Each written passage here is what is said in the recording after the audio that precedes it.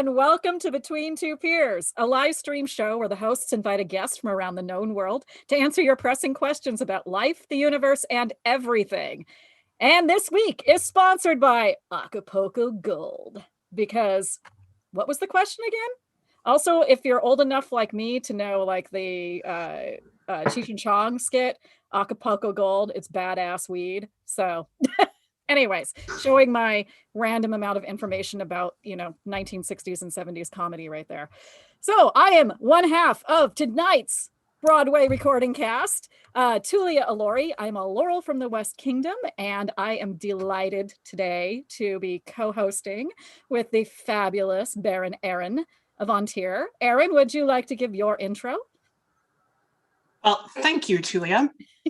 I'm Aaron.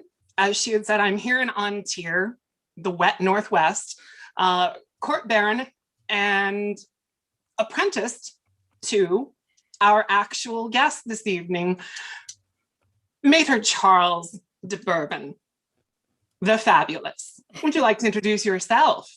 Well, sure, thank you. I'm Maître Charles de Bourbon, and I currently reside in the Kingdom of Ontier.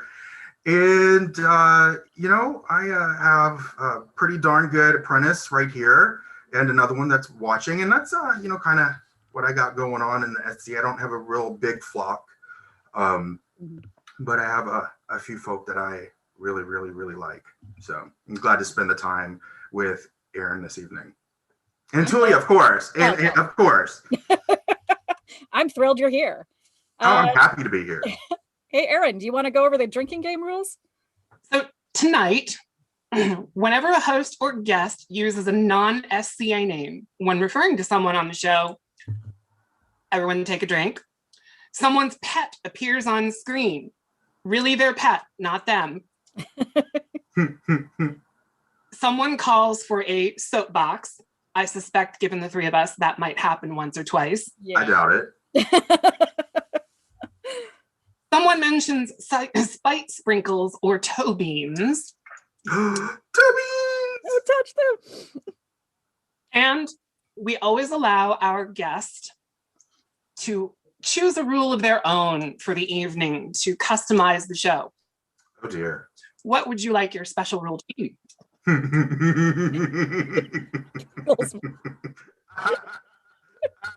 Y'all know me. Every time I say fuck. That's going to be a lot of drinks tonight. Oh yeah. So also I want to add that you don't have to drink alcohol. The drinking game is opt-in. It's not opt-out. It is a game you can play. Like tonight, I'm drinking Sakanjaban, and which is kind of like the Coca-Cola of the 12th century, Lower Spain, Morocco, Spanish. Yeah, that thing. It's really tasty. Drink what you got. If you don't want to drink, that's cool too. It's just a fun way for our viewers to kind of engage with the show. All right, and with that out of the way, we're going to dive right into the questions. So the first set we have here are strictly for our guest, to get to know our guest better. And the very first question that we seem to be asking a lot more and more, because it's a really good way to introduce who you are to all our viewers, is how did you find the SCA?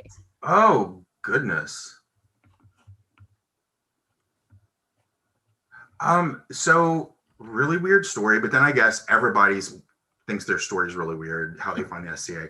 But I have terrible penmanship, and that is relevant because my mom read that if you enrolled your child in calligraphy classes, that it would help their penmanship. So I got enrolled in calligraphy classes at the local library, and guess who was teaching?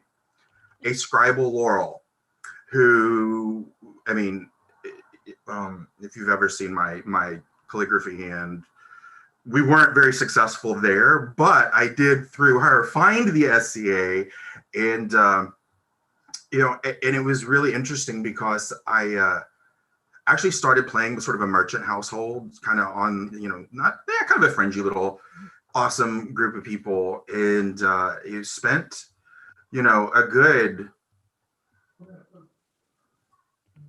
3 minutes deciding that I was going to be late, period. You know, it was 3 whole minutes.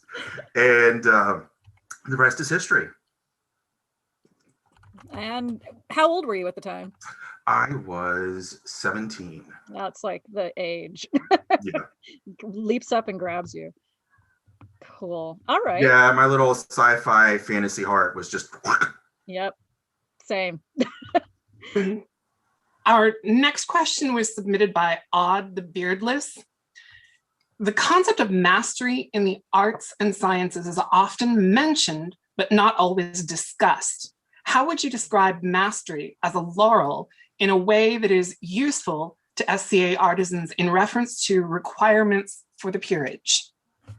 Oh dear. Oh, you didn't start with an easy one for me? Oh goodness. We felt that you had some words about this, though, some feelings. No, that's fair. Yeah. I might have some thoughts on this topic. But specifically, you know, what is mastery? For me, mastery specifically is not only being great at your art or your science or your research, but it's also understanding that piece in the context of where it existed in medieval time period. So it's not just about understanding how I do this thing really well. It's the understanding of the why and the where and the when, and you know, and then, you know, most people get the how really easy. It's kind of that rest of it that I think is where you start seeing people getting real close to that point where we're ready to elevate them, is when they understand what they do in the context of the broader world, and they get this sort of broader worldview. That's when you're kind of like, yeah, you know, they're getting kind of close. Yeah. I think that contextualizing, that's a huge chunk of it, for sure. You know, Yeah. you know, that's so like mastery specifically, what does that mean to me? That's what it specifically means to me. But in general, you know, I had this whole rant, tirade. It wasn't really a rant, but more of a real talk about what does it take to become a peer? What does it take to become a laurel? And in general, I would encourage you to read pages 30 and 31 of Kapora, where it lines out for you exactly what it takes to become a peer. And then specifically, what does it take to become a laurel? What does it take to become a pelican? What does it take to become a knight? What does it take to become a master of defense? You know, like that for me is the best place to point people when they're like, well, what does it take to become one? And I'm like, you know, the roadmap actually really does exist. I think we forget that it does, but the roadmap sits right up there in Kapora. Yeah. Those are kind of the, I think in a way that's the bar. And everyone talks about where the bar, you know, is so vague. And it really, it's kind of that, to me anyway, is that's where you have to start. Exactly. That's the bar you've got to like get to. And then we can have the discussion about how you exceed it. And that, you know, or a candidate exceeds it. But yeah, I think the SCA is, yeah, for as varied as opinions as you get between what is it like, you know, ask 5 laurels for their opinion about a certain thing and you'll get like 15 answers. As much as that's actually true, I also think it is pretty clear. Not to just jump in, but you know, as the other laurel in this discussion, Yeah, you know, and I think you'd agree, Tulia, that we have to do a better job, though, of reminding folks that that roadmap is there. And I think we even forget sometimes that there was a roadmap and there is a roadmap. So I think as a council, society-wide, I think we have to get better at pointing people back to, the requirements, if you will. Yeah.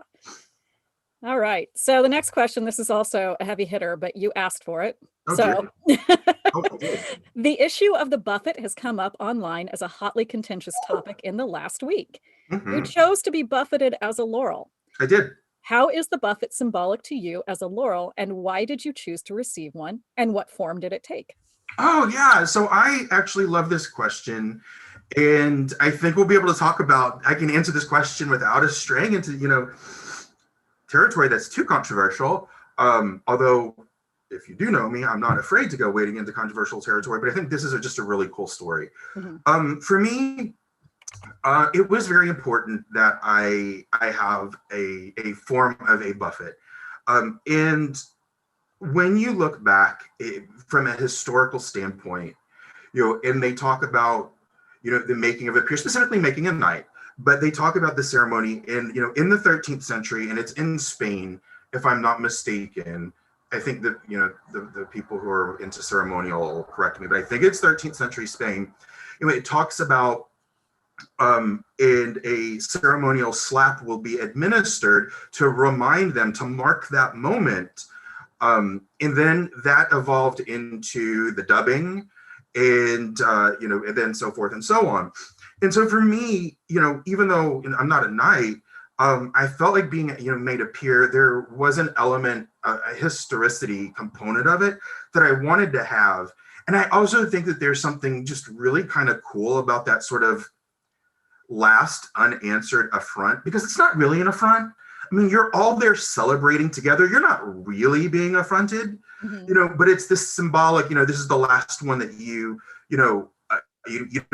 aren't able to answer before you step forward, and you are now the one who will answer those for people who may not be able to do that themselves.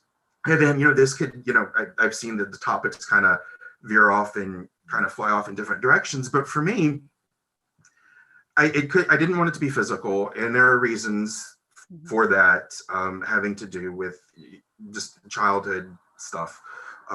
And for me, I sat down with the Crown at the time and said, this is what I want, or I want some version of a Buffett, but I don't really want to be struck, and also I truly believe that that is indicative of a martial peerage, the striking. Whereas I was like, I don't, I feel sometimes we get real combative in ANS, but, generally not physical. It can be a blood sport. As it were. Yeah. And so I sat down with the Crown and we brainstormed, and the Queen had an idea, and she said, well, let your Buffett be words. And we thought about, like, what would these words be? What would be an affront verbally? Similar, what evokes the same context, the same concept. And we thought about critiques that I had been given on my path to Laurel, critiques that were some that I really resented, things that I had that were really difficult to internalize, but really were symbolic of my path. And so when the time came in the ceremony for the Buffett, the Queen, she put her hand on my shoulder, and she was like, and let this be your last unanswered critique, which humorous, because that's me. I am a little tongue in cheek. And that was, it's a little humorous. It lands the point. And then, it was like, let this be your last unanswered critique. And it was that fabric's not period. I don't think those shoes go with that belt. And your documentation is terrible. And there was a chuckle, and people, found the humor in it, and that was important to me because that's how I like to land a point sometimes, is with humor.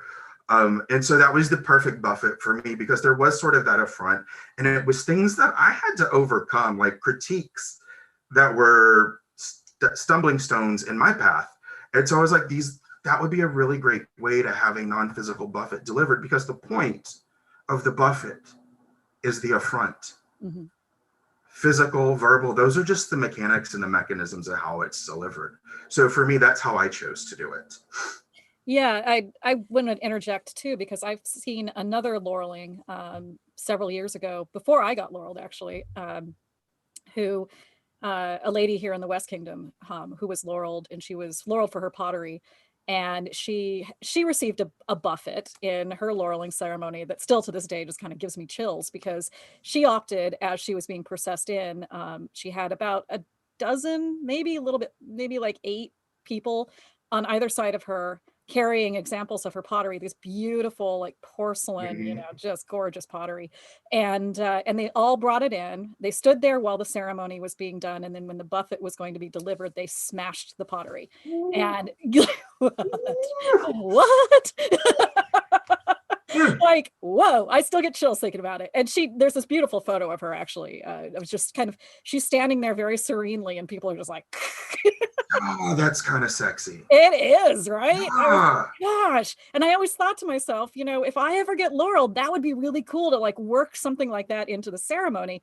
And I just couldn't figure out something that would work, like for me personally, and like for the art that I do. I thought about like, rending my garb into ribbons in front of people, but then or setting it on fire. But then I live in California where everything just catches fire. So that was bad. Like, And Hunger Games already did it anyway. So. Yeah, right. But yeah, so the thing is that the Buffett itself can take many different forms. It's not, it doesn't have to be the way that most people think of it in the classical knighting ceremony sense of a strike to the face or the shoulder or a shove. It can be something very symbolic and very personal to the person who's being elevated, and still be every bit as just awe. Like I say, that smashing pottery thing was really cool. The thing yeah. The thing I like about both of the examples you've mentioned is that they're theater. Mm-hmm. They're Exactly. creating an experience that draws the audience in. They're going to have just as a reaction to both types of those. And I think that's, to me, what is most strong in those choices, because it acknowledges that the audience is there and that they are giving and receiving energy because they're part of the ceremony as well. And you're giving them a way to be included in it by making choices like that. Those are, I love both of them. Yeah. I think those are cool. Play with it, have some fun, like, think outside the box, like, and that's just, and I encourage, I encourage people to do that. It just in their ceremony in general. I know that some people might get a little upset with me saying this, but sometimes ceremonials are boring. And I think your ceremony should be sort of your introduction to society, the type of peer that you want to be. And so for me, mine was, I love the theater of court. And and so I really embraced it. I mean, no lie, I did process into a show tune. Now, it was very appropriate. What show tune? I mean, it was so appropriate. It was so appropriate. It was The Impossible Dream from La Mancha. Yes. Which is set in period, although not a period song. But I can't think of a better song, modern or period, that embodies sort of how I view the SCA as that, as I do that song. So, I came in a modern song, and I had a banner made for every one of my awards, and they processed in as they read out my achievements. It's like it needed to have the theater, because I love a theatrical court. I'm sure that it comes as a surprise to absolutely. But yeah, I love when people get that there's a theater component, and I even mean that for crowns too, is when they get that there's a theater to court. Some of the coolest courts, and we're deviating a little bit off topic. That's okay, because we're blowing through the questions pretty quickly. So I'll allow it. But some of the best courts are the ones where the theatrical side of things is really thought out, and one that I love. And I know it's going to just sound ridiculously self-serving to talk about my boyfriend, but when he reigned as the Prince of the Mists, these many years ago, when they stepped down, he and his lady, he was assassinated, and that was not done in the West Kingdom. That is not done. And he had like this whole like cool sort of story that was played out throughout the course of their last court, and it ended with him being stabbed in the back. And he basically gets carried off stage, and then comes back on bandaged and clearly dying, and then manages to put the coronet on his successor's head. So it's not an unbroken line. That's a very taboo thing. And it shocked the hell out of people, and it was really cool. Like, that is a cool thing to just play with. That you're on stage, the audience is there, let's engage that. And so there's been other instances in other courts, and like you say, during tournaments, where the theater button gets pressed and it becomes a performance, and that's really cool. Yeah, I've lived in a few kingdoms, and one of them was Glenavon, and one of the things that they do so amazingly well is they do the theater of the deaths of the monarchs, and it's always something. Sometimes it's shtick, sometimes it's serious, sometimes it's research, sometimes it's not. And I live for it. It's like I think that if you have a crown that gets it, and they can weave that theater in, I live for it. So we actually have a question coming up in a little bit that kind of touches on some of that. So, put that in your pocket for now. Well, your large sleeve. I don't know. We'll put it in the large sleeve. All right, let's go to the next question. Next question. Real quick shout out. Oh, yeah. The submitter of this question, Antonio Disforza. You are awesome for giving question options. We had so many great ones to choose from thanks to you. So yay you, keep them coming. That being said, it's a little early for me to thank you yet. I haven't heard them, so we'll wait until after they post them before I figure out if I'm thanking you. Yeah. His question submitted was, as a masculine presenting individual with a laurel for fashion, have you ever received stigma or negative feedback for specializing in what is often considered a feminine art? Oh, honey. Have I? Yes, I have.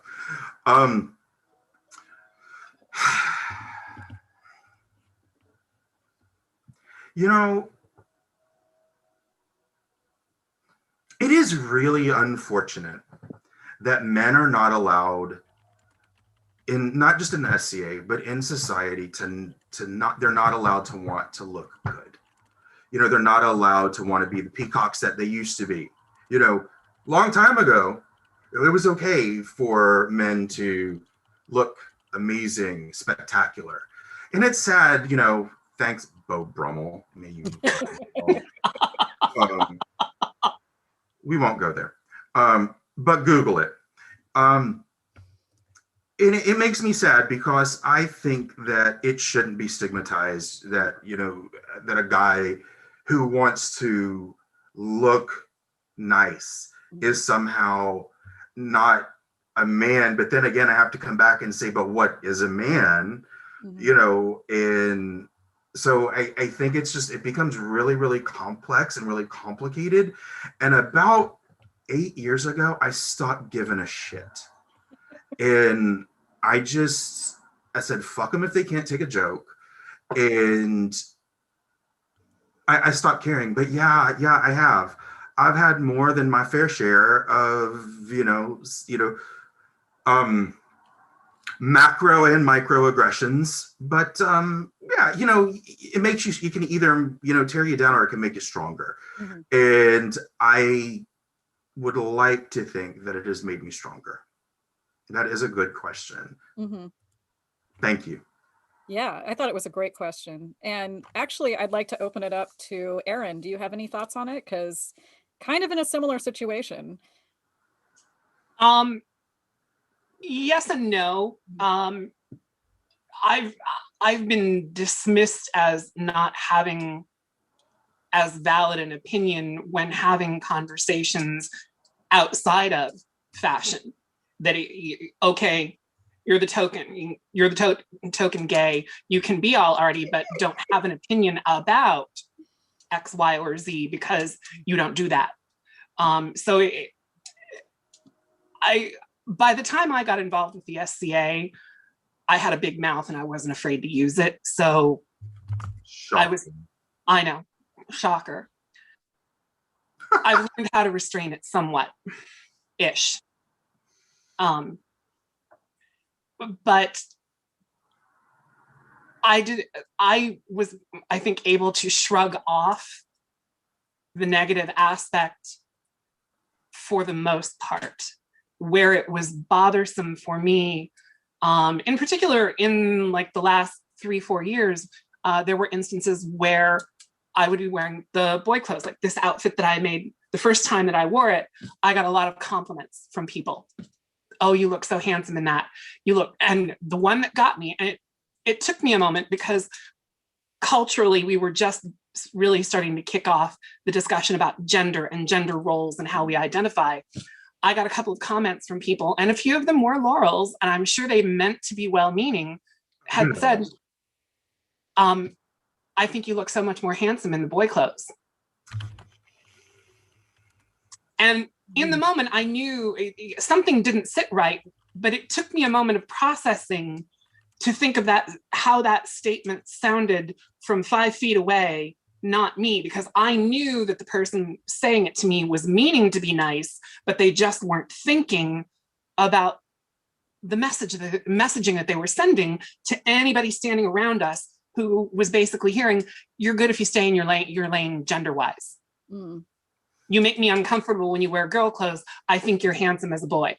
Yeah. And like, I'm going to give you grace and think that maybe you didn't mean it that way, but that's the way it's going to play to someone standing 5-10 feet away who maybe is gender fluid, trans, somewhere on the spectrum, and it's their first event and they're hearing that. So I've tried to be a lot more careful about pronoun usage and being a little bit more vocal about staking my claim of space, even though I don't get as offended personally about it, because I think we need to be setting the example of setting people on their heels and make them think about their language and how they're using it when they talk to us about what we're wearing and how we're presenting ourselves.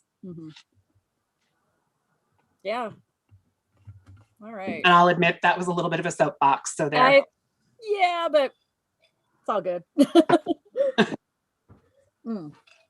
All right, so the next stage is we're going to do a real quick round, lightning round of choose one, no explanation. So we're going to get a couple of different options and you just pick one and then we move on, we'll each give our answer and then we move on from there. All right, so first one is eggs, scrambled, poached, fried, or boiled.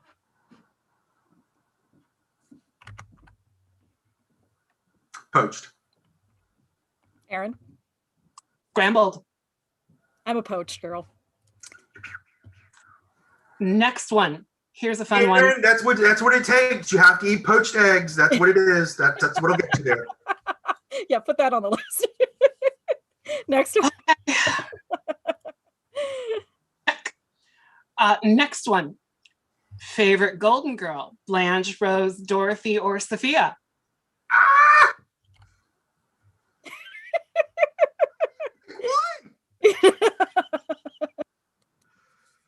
Oh.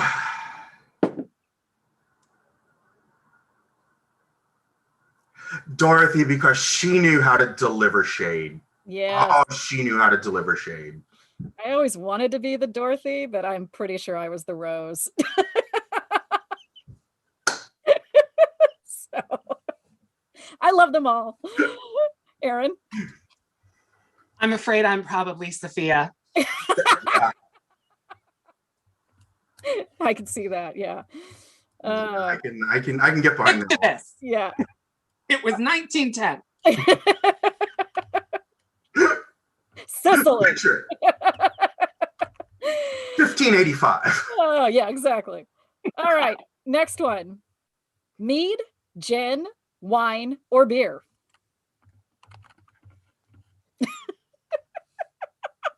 Like, how did gin just get inserted into it? Because it's mead, which is a broad category, and then you have beer, which is a broad category, and wine, which is a very broad, and then there's gin. Yeah. Someone even if I take a lifeboat. Wine. Wine. 100% wine. All right. Let's see. Mine is gin. Because I don't, out of all of those, I know I'm not really supposed to explain, but out of all of those, gin doesn't give me a migraine. I'm gonna go with wine. Yeah, wine, you got more options. All right. So let's move on now to the general questions now in this segment.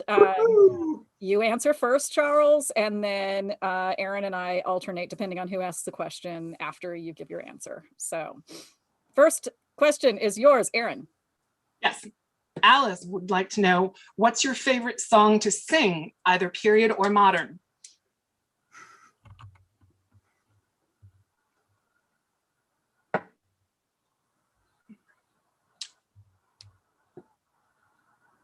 Wow, that's a wonderful Sure. question. I'm not really a singer, Mhm. and if you had heard me, you know why that would be. So I don't sing a lot, but when I do,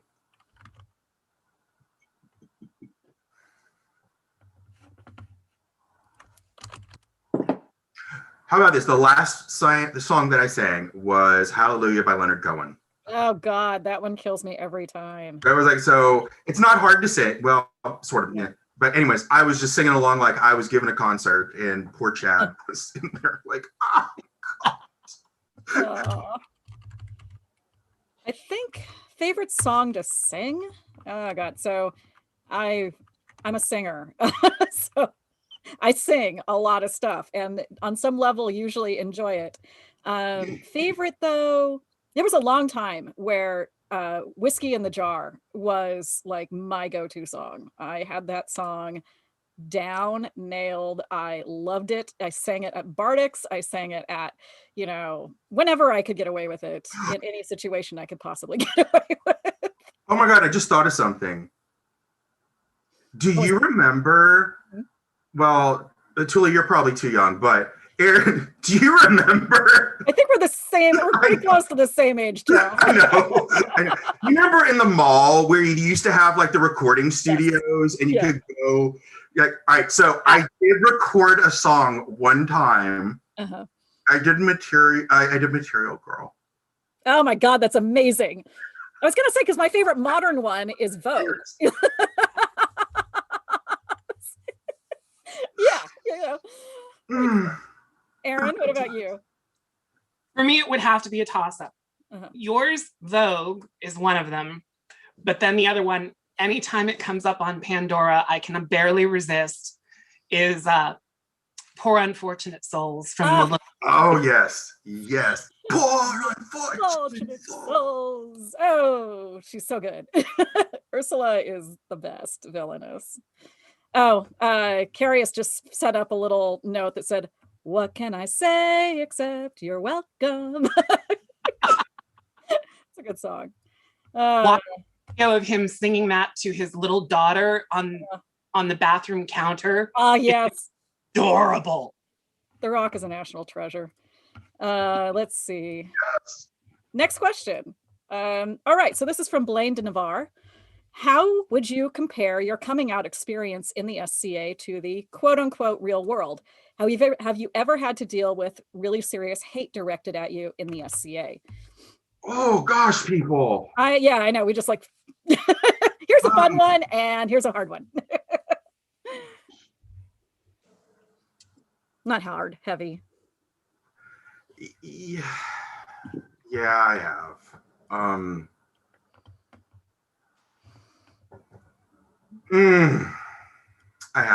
I have, and I've spoken actually very openly about it because I spent so long internalizing stuff and hating myself for things that people said about me.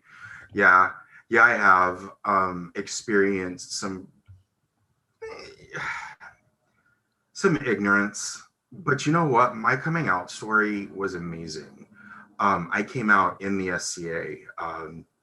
My apprentice twin sister, we were both apprenticed at the exact same time.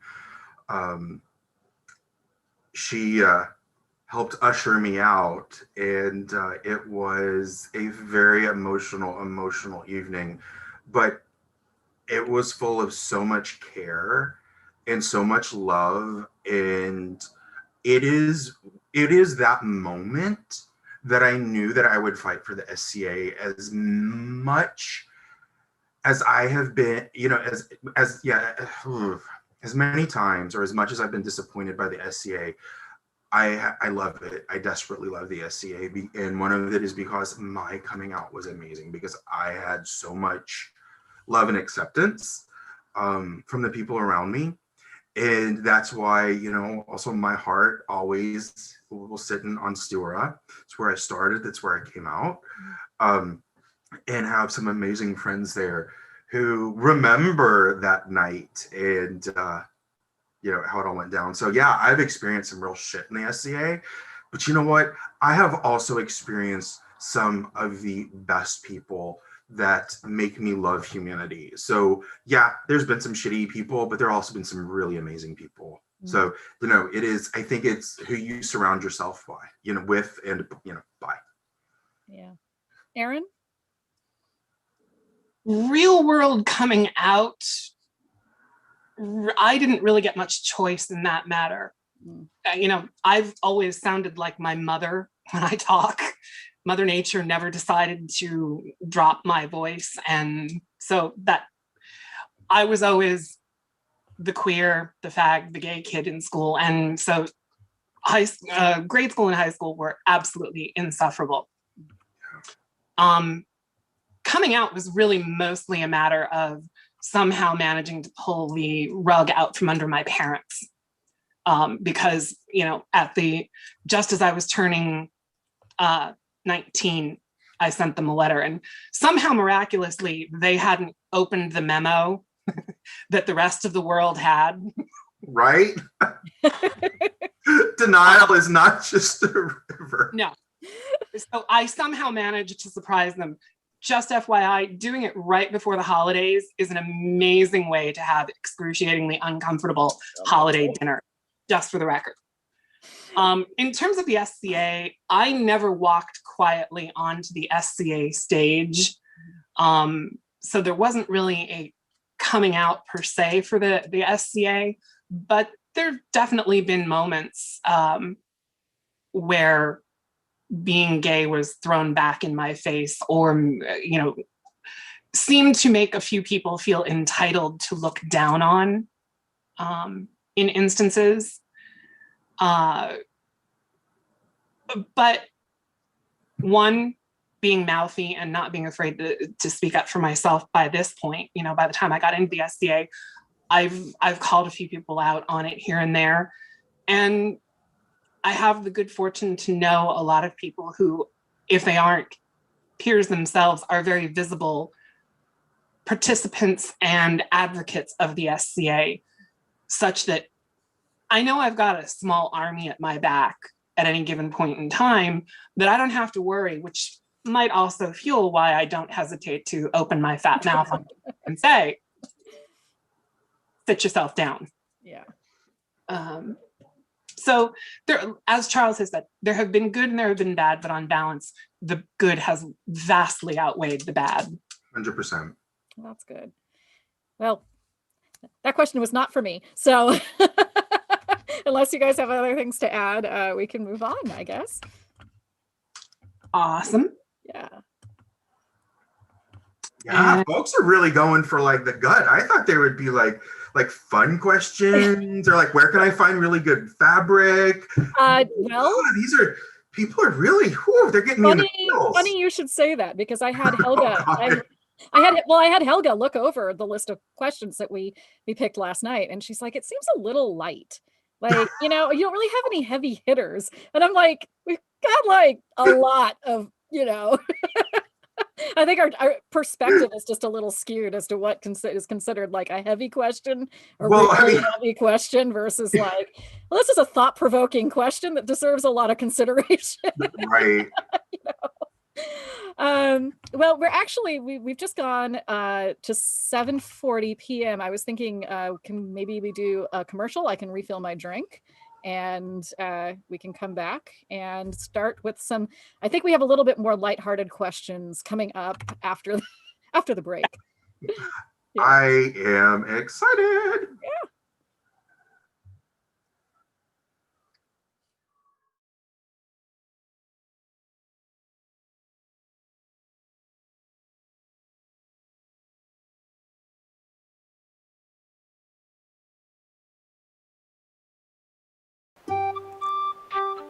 Painted Sky Pottery creates unique, medievally inspired pottery. From Roman phallic Samian ware to 16th century proper costrals, they make it all. And with everything from plain terracotta to bright glazes, you are sure to find the perfect piece. As we head into the Yule gifting season, you might find just this right item for that special someone. You can find them on Facebook at Painted Sky Pottery.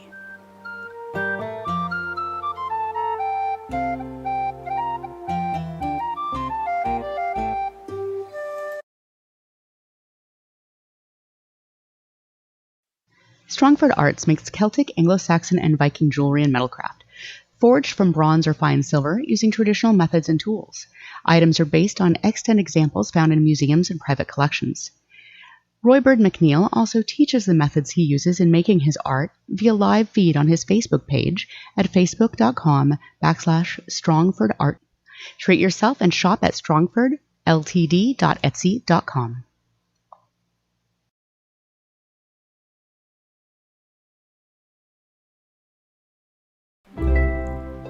Two Baronesses is your home for buttons, brooches, pins, winnengas and hooks, mittens, scarves, and custom appliqued heraldic tabards and gonfalons.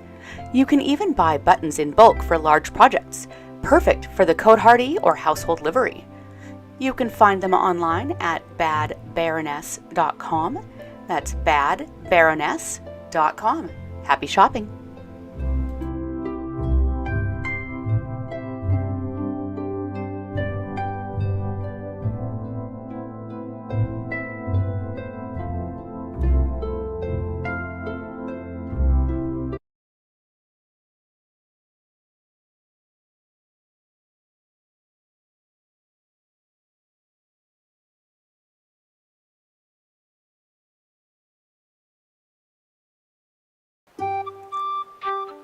Painted Sky Pottery creates unique, medievally inspired pottery.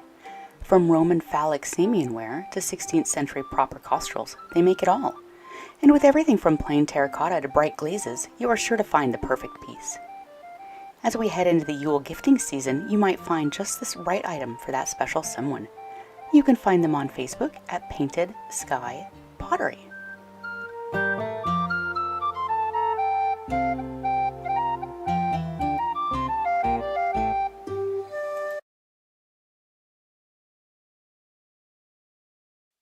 Strongford Arts makes Celtic, Anglo-Saxon, and Viking jewelry and metalcraft, forged from bronze or fine silver using traditional methods and tools. Items are based on extant examples found in museums and private collections. Roybird McNeil also teaches the methods he uses in making his art via live feed on his Facebook page at facebook.com/strongfordart. Treat yourself and shop at strongfordltd.etsy.com.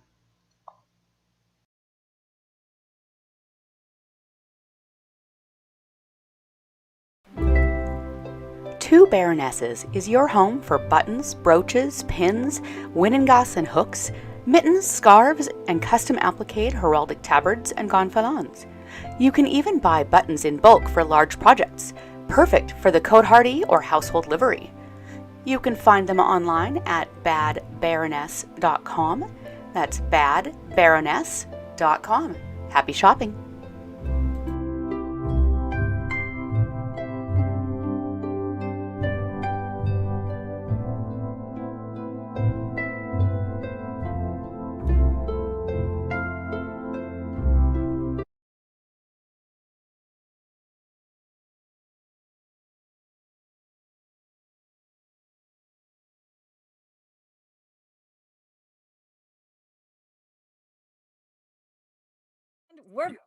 We're back.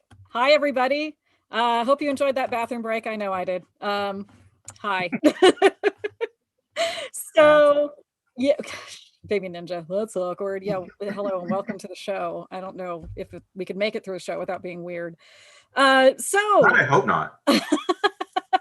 So one of the things we're going to ask now is a fairly lighthearted question, but could also be kind of a heavy hitter. I don't know. We could go either way on that. Sure. Aaron, it's your question to ask. This one was submitted by Sophia. If you had the point of view gun from Hitchhiker's Guide to the Galaxy, what would you like to make everyone understand?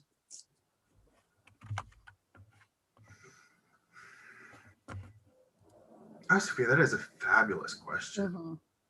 Fabulous. You know, it could go one of two ways. It could be serious or lighthearted. I think we just dealt with a serious one, so I'm going to take kind of a lighthearted answer to this one. I wish I could give people my point of view around how much I hate gold lame in the SCA. I hate it. It's not a good acceptable substitute at all for cloth of gold. Ever. No. That's what I would do. Yeah. I mean, there's some serious answers, but No, that's the one. That's the one. Yeah. You could add a serious one if you wanted, because that is very valid. Yeah. I think for me, if I had the point of view gun, because this is something that I always need to remind myself, it's not always about you. I have a hard time distancing myself from all of this stuff. I mean, we all do. Like, honestly, we are little egocentric critters. We see the world through our own little perfect, like little special lens. And the bodies we are inhabiting are bodies that take in sensory data from all over the place, that end up making kind of us the center of whatever's going on. But yeah, I would suggest kindly and in pointing it at myself as well. It's not all about you. That's me. So you'd use the gun on yourself as Yeah, well? I would use the gun on myself as well, but I would also use it on I was working through the mechanics of that, and I was like, yeah, you're right. I mean, okay, fair enough. The point of view gun is really trying to but it's one of those things that, while at the same time I'm looking at people and being like, just knock it off. It's not all about you. Also very hypocritically being like, yeah, but it's totally about me, or something. Of course it is. Have you seen me? Of course it is. Yeah, right. But I think similar to what you're saying, for me, it would be making everyone realize that point of view is variable. That how one person looks at a thing is not how that thing is. You can walk around at 360 degrees and have 360 different perspectives on the thing if you're truly looking at it. And the sooner we accept that everyone's going to look at something differently and every one of those views is valid, a lot of our conversations will get a lot better and a lot easier, because we're not going to waste so much time trying to negate all of the ones that don't match up with ours. Exactly. yeah. No, that's I went a little serious on that. that's good though. No, I'm like, No, that was a good. That was good though. I need to internalize that. Okay, next question. So this is from Logan, and actually this one is near and dear to my heart, so perhaps the two of you also will recognize this. How do you deal with the random quote, "I wish you would make me insert your art here," end quote, people who aren't looking to commission you? How do you deal with friends who do the same thing?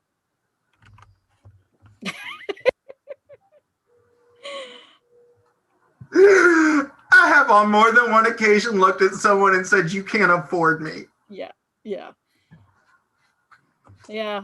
Look, here's the deal. I have been used and abused enough for my art, and I have learned that I've had to learn to take a stand for myself, because people will be like, "Oh, can you just do a blah blah blah?" And I'm like, "Oh yeah, of course I can do a blah blah blah." And then deep down inside, I'm like, "I hate your fucking blah blah blah," And I'm just like, it's like there's so much hate imbued into that thing that you're making, because you feel like you've been like bullied into making it just because you didn't have the spine to stand up for yourself. So I've got past that. And now I'm just like, I price things where I'm like, you know what? You can either pay what I charge or you don't. I'll teach you how to do it, or you can pay me.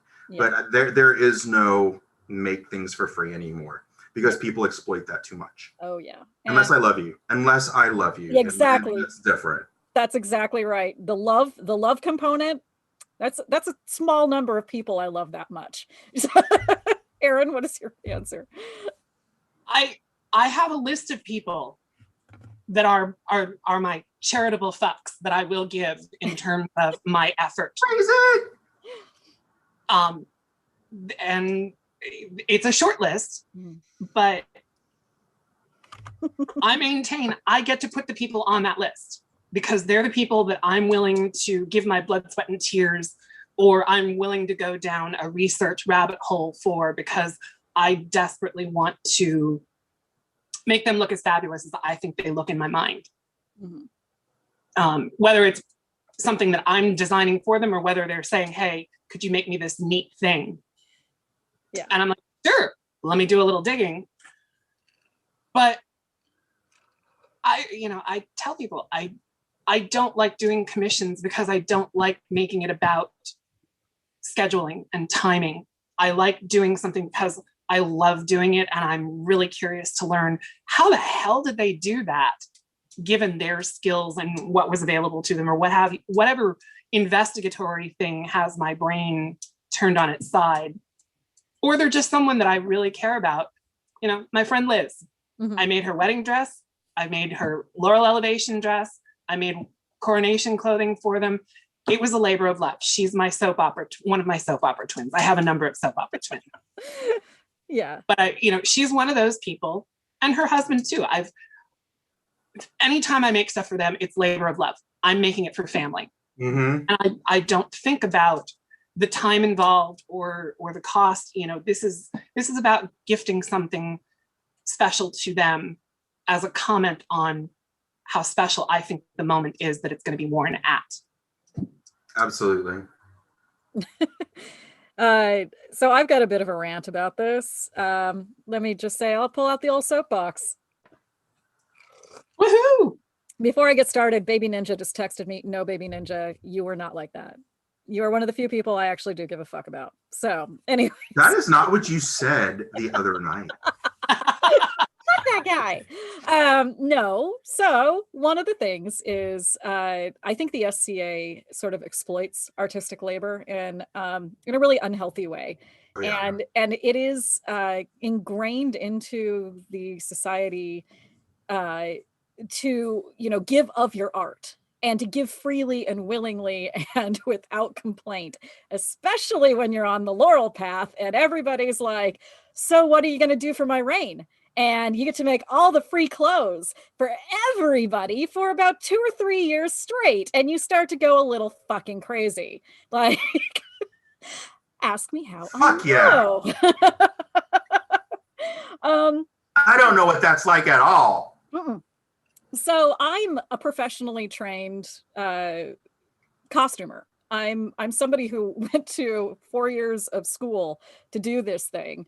I do it very well, yes. And I can do it very efficiently. And I can knock stuff out in mind-blowing speed. But I also happen to have this crazy idea about like what my skill is worth. And this is the reason why I am not in fashion design. I am not in theatrical or Hollywood costuming, because it's still not, and unless you're a big name, you still get paid peanuts. And I happen to be one of these people that's like, well, the fabrics I'm using are several $100s at minimum, because I got to use a lot of fabric. I can't just, minimize, even though I'm short. So at least I get to use a little for myself, a little bit less than what, normal size people are. Try being 6'5". Yeah, you use a lot of fabric, and it goes, that eats up a huge amount of money. Labor, I actually charge, if I'm going to make something for somebody, I have a couple of different rates. I have like the friend rate or the I really love you rate. But mostly if it's just somebody who's going to, be like, hey, I'll pay you. I'm $25 an hour. Sorry, that's what I am. I will not fuck around with that time. I will try to be as efficient as I possibly can be. I will not waste your money. But at the end of all of it, with the materials and the labor that goes into it, you're talking a couple $1,000s, if not. Oh, easily. And so you should see the just horrified faces that happen. And, really like try to keep your internal face, like try to keep it a little internalized. And I've had people just scoff at me. People tell me, well, for that much money, it should paint my house too. And like turn around and stomp off. And I'm like, what the fuck am I? Like, am I just like a dispenser that like you drop like 25 cents in and I like, fart out some fabulous costume for you? That's not how this shit works. If you're cheap, if you can't afford it, go on Etsy. Go on Etsy. There are many, many, many, many options of very good garb that's out there for a couple of $100s or less. And it's going to get you through. It's going to be perfectly acceptable for the SCA. Your body will be clothed and you will look fabulous. You don't have to have me making bespoke costumes for you if you don't want to pay bespoke costume prices. So the SCA, to kind of bring that back around to my original point, is the SCA will take that when you're an artisan and just exploit the shit out of it.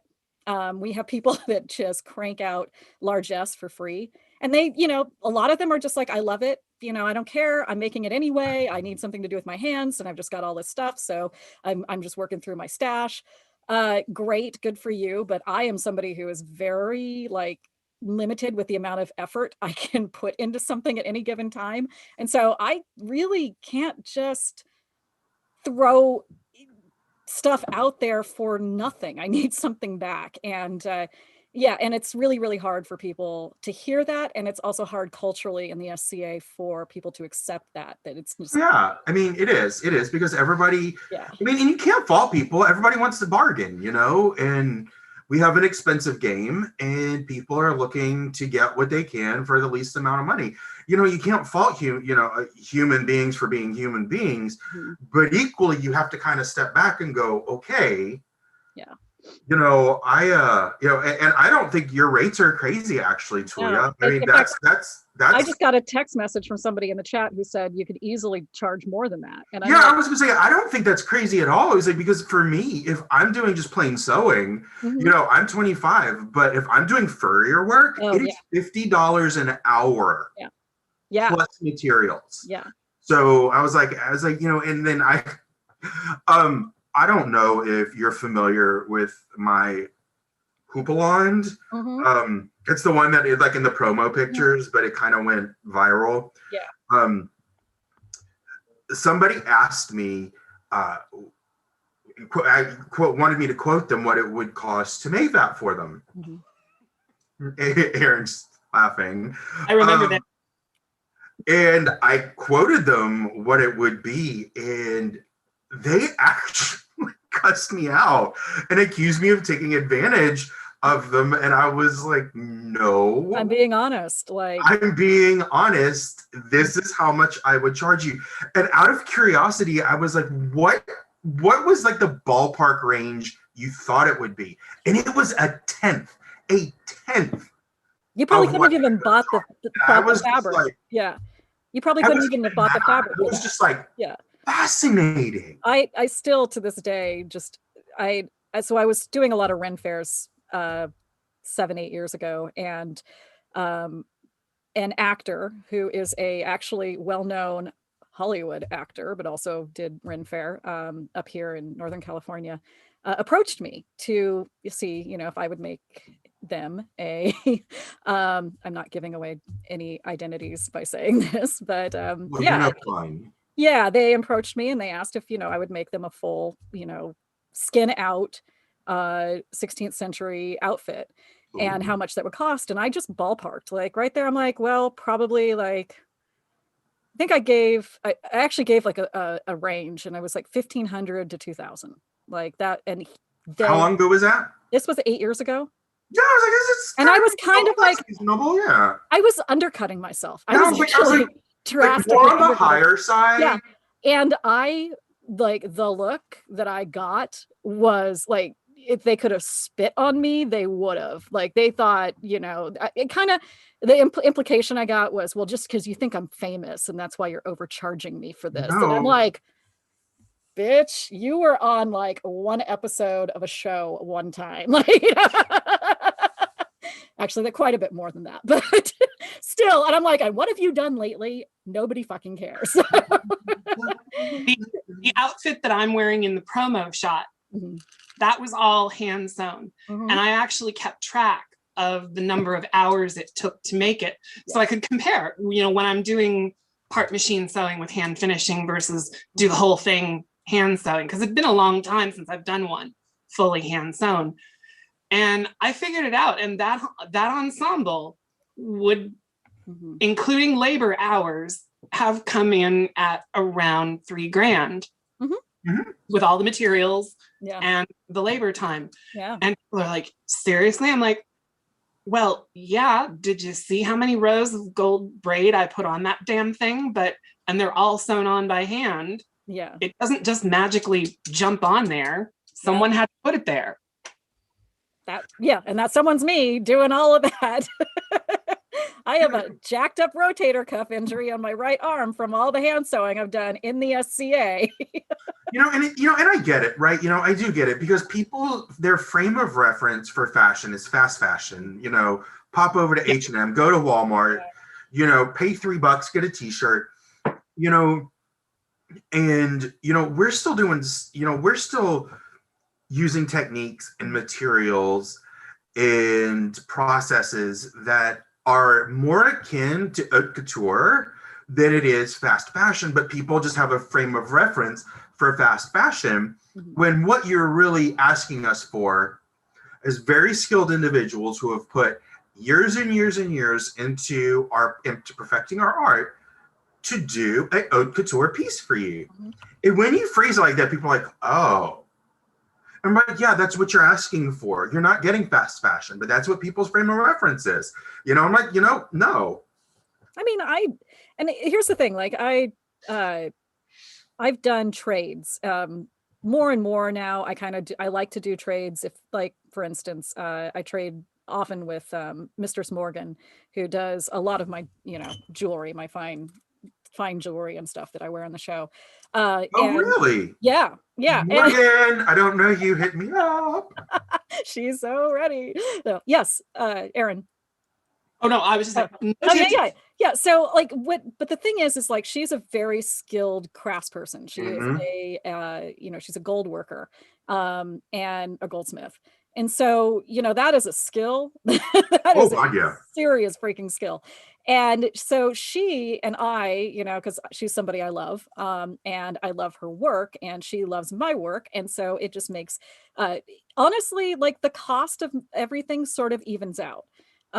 It's close enough labor and materials cost wise that, if I make, say, like 4 dresses for her, that equals X amount of money that she just makes for me to, kind of go back to that. And, that's something I only do in really select situations. It's not something I do in every situation. But and something else, actually, now I'm gonna deviate slightly. I saw something in a comment on the chat. Custom clothing is expensive. Costumes are cheap. You make custom clothing. And that was directed at me, because I called myself a costumer and I make costumes. Yeah. But see, I actually prefer the term costumer for myself, because it says exactly what I do. It is a craft that has a long and storied history in theater and Hollywood. It is nothing to sneer at. And I think that that's something that we've, kind of tried to make it sound like, well, you do couture work. I'm like, no, I make costumes. Like, I'm a costumer.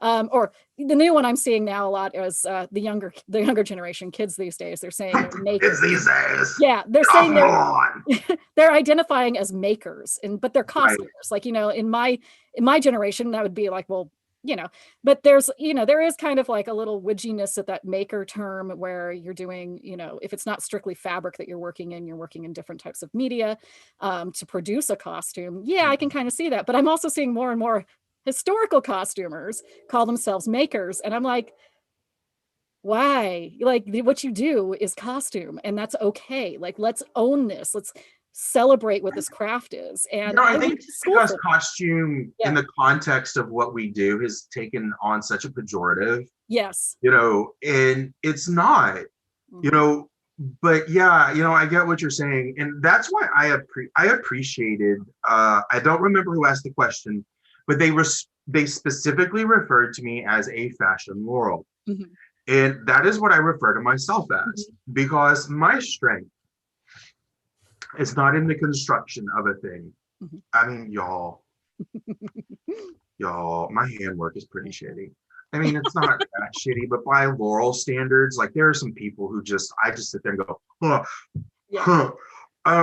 But I can style a thing. I can put a thing together. I can make an outfit and make it perfect, and I can assemble all of the pieces and parts and make it look like a certain way that it's supposed to be, and in the context of the world it's supposed to be in.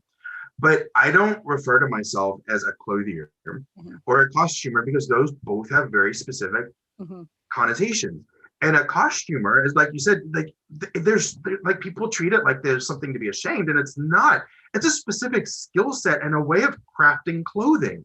Yeah. You know, and interestingly enough, is more akin to what medieval clothing was constructed like than the way modern clothing is constructed today.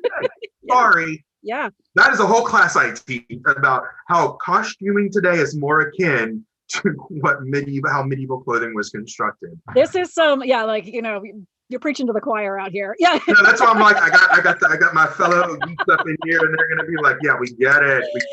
No, I think that's a really important, you know, and we can go on and on about this. I mean, this is already way into the soapbox territory of soapbox. I think that's what people are looking for, though. Yeah, I think so. You got three fashion folk right up in here. Yeah. Well, Erin, do you have anything else you want to add to this? The context that I will usually give people if they're trying to make the distinction between costume and clothing is one, intent. Mm-hmm. The point that I often make when we're talking about the SCA is that costuming is meant for theater and special occasion and to make a statement or tell a story. Mm-hmm. And the thing that I always find amusing is that people look down on anyone who doesn't want to make everyday clothing, or you don't want to make what the field hand was wearing, or the butcher or the shopkeeper. I'm like, well, okay, first of all, to me, those aren't as challenging because they're not weird. They're very strict. They're straightforward because they have to be very utilitarian. So they're not as indicative of aspiration. They're more indicative of need. But ultimately, if you think of what we do in the SCA, when are we ever as a group together that isn't a special occasion full of pomp and circumstance and theater? Yeah. Yeah. And if this were period and the king and queen and a bunch of dukes and duchesses and barons and baronesses were coming to your village, would you wear your schlubby, I'm working in the field attire? No. You put on whatever you got that's nice. Mind you, it might not all match, but you put on your finest skirt, your finest doublet, your finest bodice, whether they're matching or not, because out of respect, you join in the theater of the moment and you show up dressed to play your part as a member of the populace. Absolutely. In creating that theatrical moment.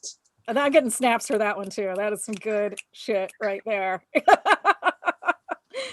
Oh, that was wonderful. Yeah, it is. Yeah, mic drop. That was Carius in the background doing the mic drop. He has a little mic he does actually a mic drop with. But yeah, like it is one of those things that to go back to the costuming distinction, costumer, and trying to like really for myself when I was thinking about all of this stuff several like dozen years ago. I was doing my undergraduate degree at the time in clothing and textile design, but so it really wasn't a costuming emphasis. It was mostly in the like kind of design aspect of learning a lot about like tailoring and pattern making and construction. And it wasn't a fashion degree either. So it didn't really fit into either category. It was a really cool program at UC Davis. They don't really have it anymore, unfortunately, but it was a rad program. And so I was trying to sit there and kind of like work through the stigma around why costumer or making costumes and wearing costumes, especially in reenactment, is considered like, so, we don't do that. This is clothing, you know, this is just period clothing that we wear.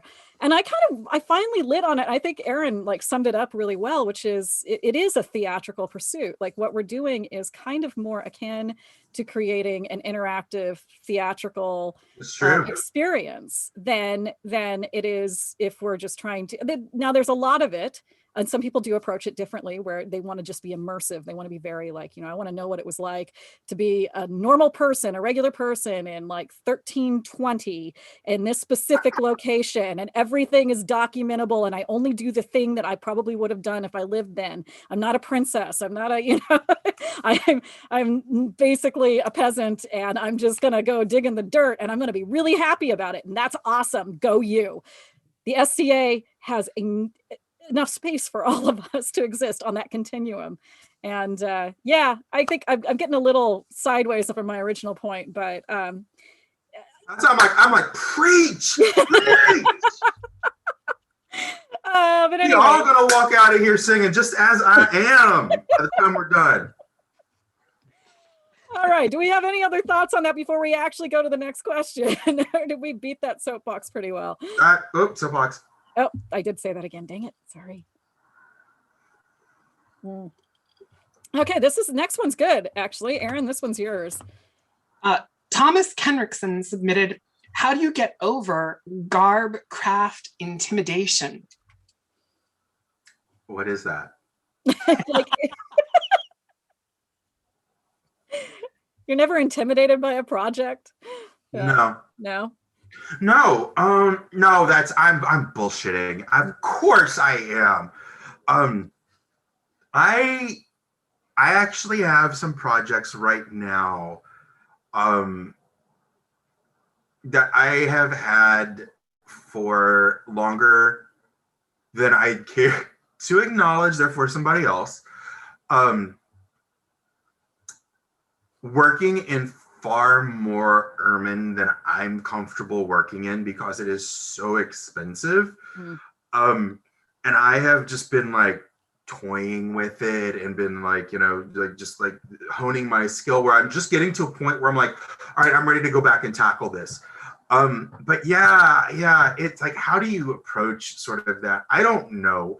I don't know that I'm the best person to ask because I just put those away and was like, I'm going to go practice a little bit longer until I feel like I can come back. And then I would come back and look at them and go, am I ready? Yeah, no. And I just would park them and just revisit them and see how I felt about them.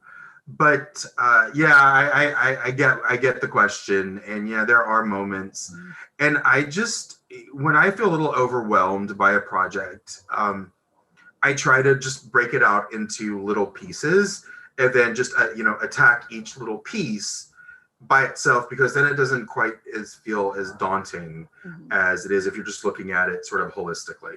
I hope that's the answer to the question that you asked.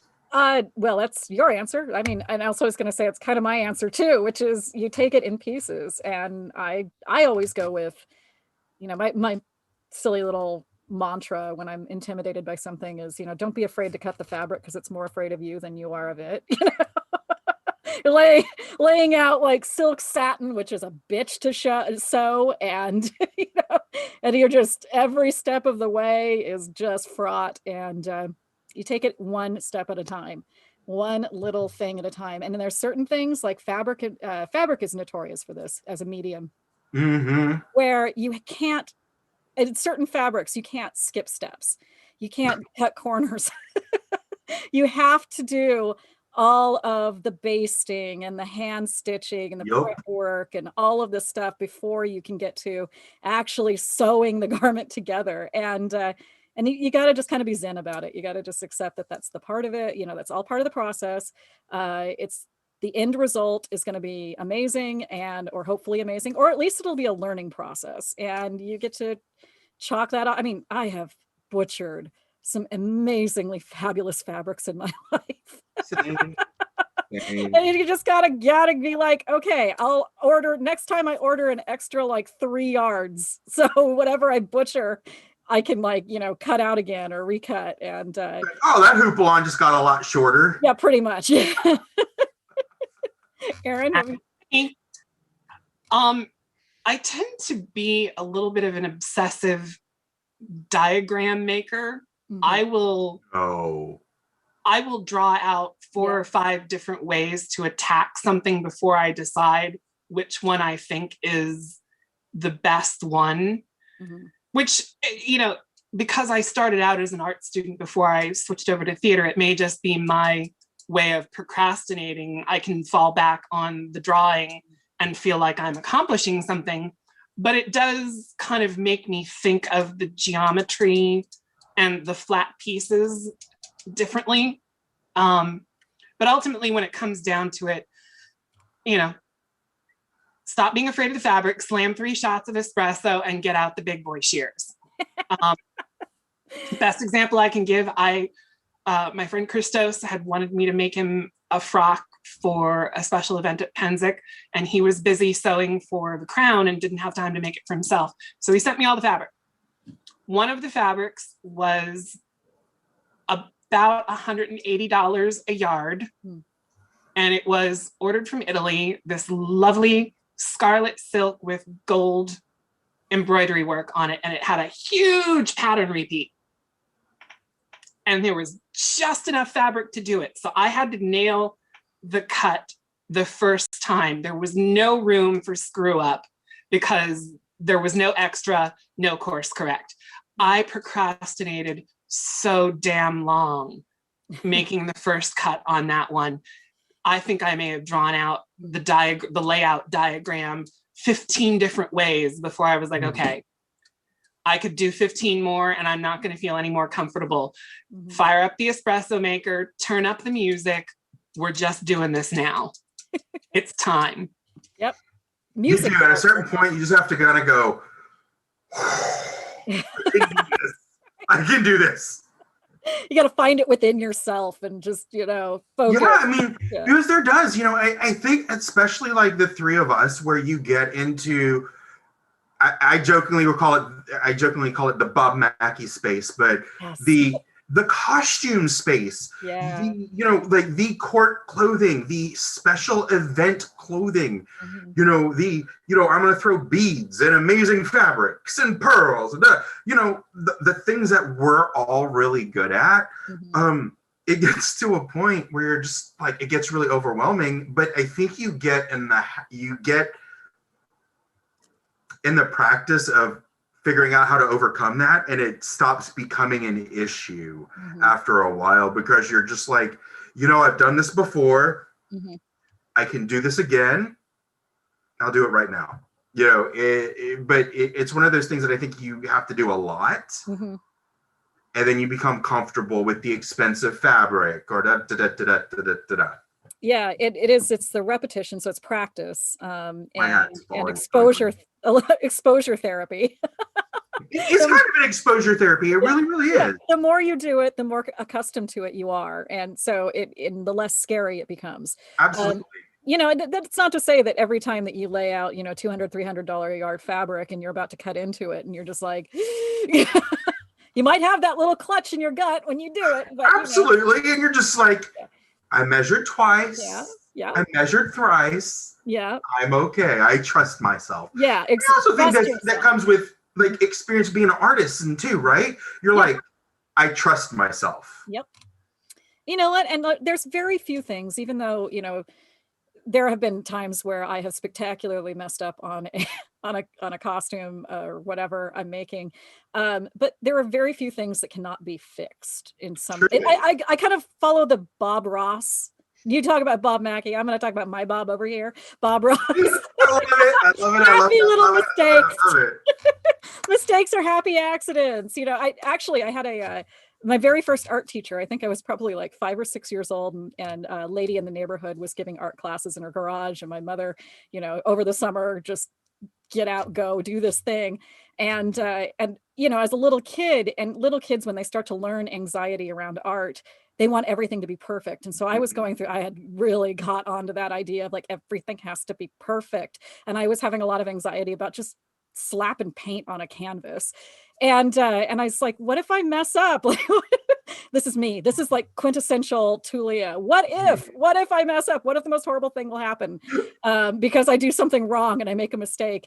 And my art teacher, Mary, she looks at me and she's just like, mistakes are just surprises. Yeah. Go in a different direction, incorporate it, figure it out. There's kind of no such thing as a mistake when you get down to it. And that has been incredibly liberating. Absolutely. Because when you get to the point where you're like, mistakes are just challenges to be overcome. They're just learning opportunities for me to figure something else out. Yeah. It really kind of, like you said, it liberates you to cut into that fabric or slice that ermine. Honestly, it really does, because you're just like, well, if I fuck it up, there's some really I'm gonna learn something. Exactly. That's the other fun part about it, is that sometimes it's the puzzle of it too. You don't really, you may not know exactly how a garment is going to go as you're making it. You're like, well, the basics, that you gotta, this part goes with this part and this part and this part. And so you've got kind of the stages put out in, that Exactly. but you never really know what surprise is going to come around the corner. And then you're going to get to a state where you have to sit there and be like, I got to put this down for like the next 3 days and just let my brain churn on it. And I kind of like that. I actually think that that's really kind of I wouldn't say fun, but it is it's a rewarding experience where you where you don't just like, and believe me, I've had this as well, where I just get to that point where the fuck up happens and I'm like, but I often, I'm still sitting there chewing on it in my head, and I may be chewing on it for like 2 years, and I'll go back to it and I'll be like, I finally figured out how I can fix this. Sometimes it's just like, it'll be years years of nothing, and then you'll just wake up and be like, boom, got it. And it's like your muse just shows up, backhands you, and you're like, oh. I see Carius. Do you have your hand up, Carius? Are you waiting to say something? Okay. You said a magic thing just a few minutes ago. Oh yeah. So when we're blacksmithing out in the shop and we're doing the big heavy blows, your detail eye is not really there, because the big heavy blows is used to move metal in large waves. You put that down, let it cool, come back a day or two later. Now you can do detail work because your mind and your brain and your hands are in a different spot. So I just wanted to reiterate what you just hit on. Yeah. And it's like, what I love, and this is going to go back to like when you were, Tulia, you were talking about trading with artisans and artisans, regardless of your field, recognize skill in each other. Right. And it's like, and it's exactly that, what he was just saying is like, blacksmithing and working in silk or, satin, not at all similar. Actually, don't go well together at all. But there's a commonality of the process, the experience of it, that I think is why you can have these conversations with an artisan of similar skill, completely different discipline, and go, the artisan in me recognizes the artisan in you know what I'm saying, Yeah. Aaron, do you have something? You've cited the great Bob Mackie and the great Bob Ross. The one that I will throw is good old Julia Childs.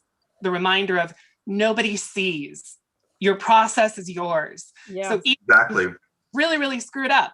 Yeah. You don't have an audience there putting up scorecards as you do it. You get to process that in your own way, in your own time. And I think that's one of the things that has made me a lot more comfortable, is the reminder that I'm my own worst critic, but I'm also able to walk away from it and not let it be the thing that defines my brain for the next 24, 48, 72 hours, whatever it is, while I think about, okay, how do we course correct that? Yeah. Yeah. Yeah, and that's something that the magical, and I think that this is my delicious little tidbit here. You want some real Tulia wisdom, is there's that's what I'm here for. There's magic in walking away from a project instead of just, beating it up and yourself up and push, trying to push through and kind of just being real, cruel to yourself and cruel to the project.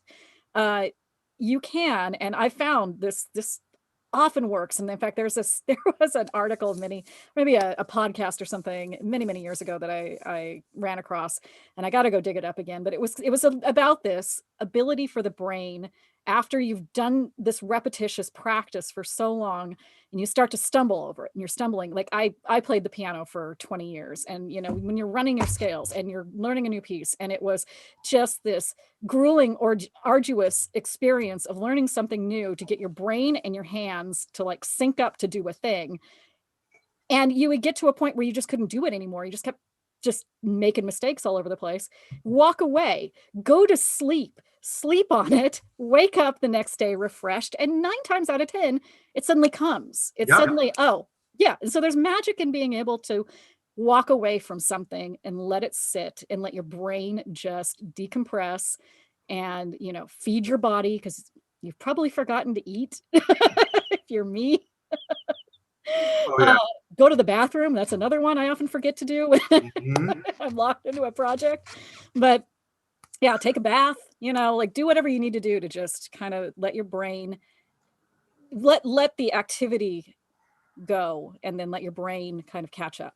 And I don't think that people truly understand the value of letting your subconscious noodle on an artistic problem. Yeah. Because, and it's exactly what you're saying, Tulia. It's like when you walk away from it and you take it out of, sort of your front of mind and you go do something else, your brain is still working on it. And in fact, the best part of your brain is working on it now. And I think this is where it becomes a mark of maturity in an artist, or a scientist or a researcher, is when you recognize where I need to stop. This is no longer productive, and I'm going to engage a different part of my brain to solve this problem. And I'm going to rely on that part of my brain to see where this takes me. And sometimes I actually get excited about that because I have no idea what I'm going to wake up and be like, oh, that is a great idea.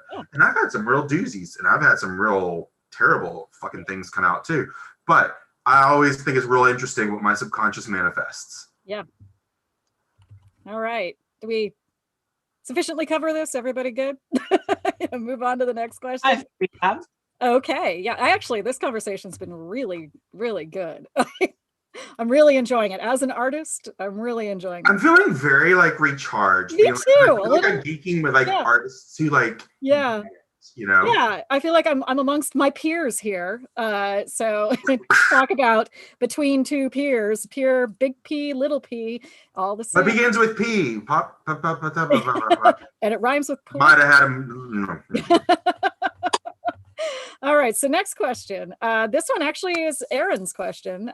What aspect of another kingdom's culture do you find inspiring, and why?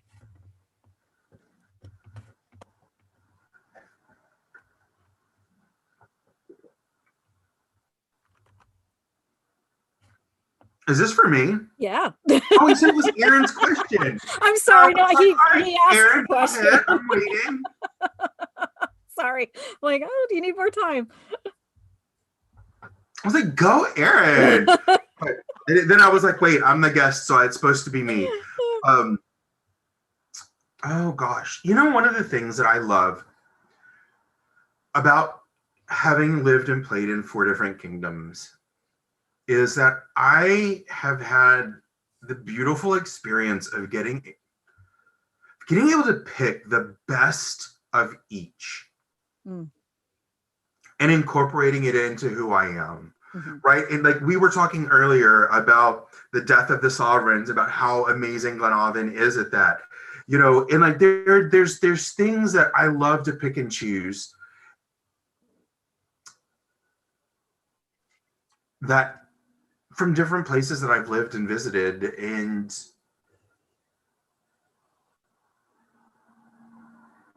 I think it makes my STA career a bit richer, my experience richer. And I don't even remember the question.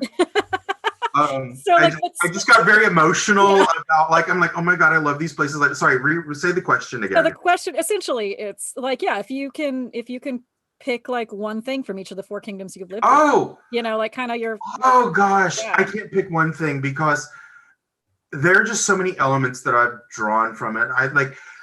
Onstiora they just get pageantry in a way that I haven't experienced. And then there's that theater that you get in Glenavon, that I've experienced. And then there's on Tyr that there's a commitment to authenticity in a way, I don't know, it's real hard. It is. What I love is that all of these places have contributed to who I am as a person. And I think it makes me a much more rounded Skadian because I've had that experience. And then I get to play in other places. I play in the West, I play in Kaid. It's I've never really constrained myself to a kingdom's boundaries. And there's a whole quote from Shakespeare right there from Henry V. Catherine, you and I are the you and I makers of manners, blah, blah, blah. Anyway, so you know what I'm talking about. Makers of, yes, I know exactly the quote. Aaron, what's the quote? What's the quote, Aaron? That one is not a history. Catherine, you and I pay no attention to the weak lists of a country's fashion. You and I are the makers of manners. Manners, that's right. That's very close. Yeah. And I feel like I've had that kind of luxury. I've been able to pull the manners of different places and it gets to be part of who I am. And I think that's made my experience so much the richer. Yeah. Aaron. For me, it's not a particular kingdom per se. A lot of the interest for me is Penzic related, because that's how I got started in the SCA. So I sort of dove into the deep end of the pool first and worked my way backward. But the camp that I'm with, we cross a multitude of kingdom borders. I think we've got almost all of the mainland United States kingdoms represented in our camp. So we get to have a lot of fun conversations about how each kingdom does X, Y, or Z. And it's interesting to hear that. But I think the thing that I love the most getting to witness, and I was sort of quasi retinue on it for as much as there was, they do a thing every so often at Penzic called Swamp Court. And there are a number of people who don't ever go up to the battlefield. They're not involved in the fighting side of it. They may go to the occasional class, but they stay down on the lower end of Penzic. And there's often a very big social divide between those. But as a result, there are people who are very deserving of awards who may not ever get them. So they will periodically hold a swamp court, and it'll usually be several kings and queens from different kingdoms that will get together, and they'll hold a special court down in the swamp.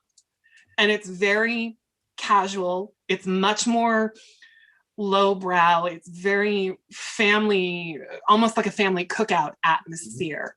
I mean, there is still solemnity in the awards that are given, but they are often in recognition of households or encampments that are providing a lot of hospitality service to the general populace of Penzic over many, many years.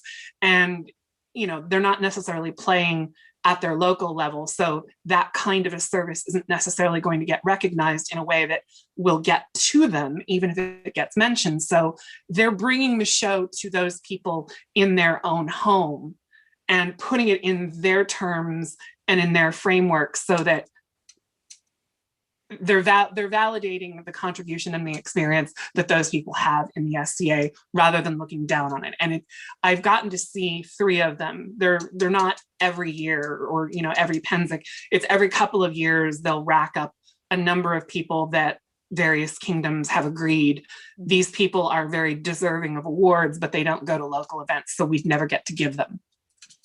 So it's really fun getting to watch that and see the surprise on people's faces when, they think of themselves as Christmas and Easter Scadians. They're going to Penzic or maybe the other big wars. They don't ever expect that someone is seeing what they do and how they do it, and the fact that they do it tirelessly and thanklessly every year that they're there. So that would be my thing that I enjoy seeing. So I can't actually answer this question because I've never lived in any other kingdom other than the West Kingdom. I guess I could get micro geographical in the sense that I've lived in 2 of the 3 current West Kingdom principalities. And even though we're all, like Sinagua and the Mists inhabit Northern California, different parts of it. So when you think about like the mundane state of California, we're all fairly homogenous in a lot of ways with culture.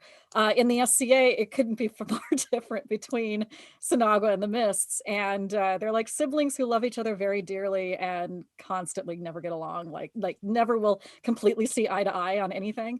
I grew up in Sinagua. I played in Sinagua for like first 15 years or so of my SCA career. So I in my heart of hearts, I am a Sinagwan. I am one of those, we like to joke, misplaced Sinagwans. Who moved to the Bay Area. Yeah, that's, I did not think of that. It's a trope here in the West Kingdom. But I never, like, I love the culture of the Mists. It's very artistically driven. You're very, like,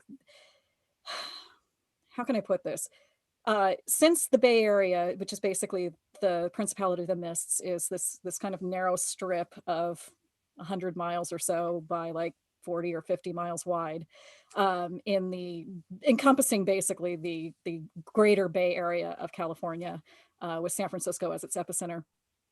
We're a very small principality, comparatively, geographically, but we're very, very, very populated. We're on one of the most populated parts of the country. Mhm. So there's a lot of people around. Like, we have a lot of people that play in the SCA in this specific region, and it is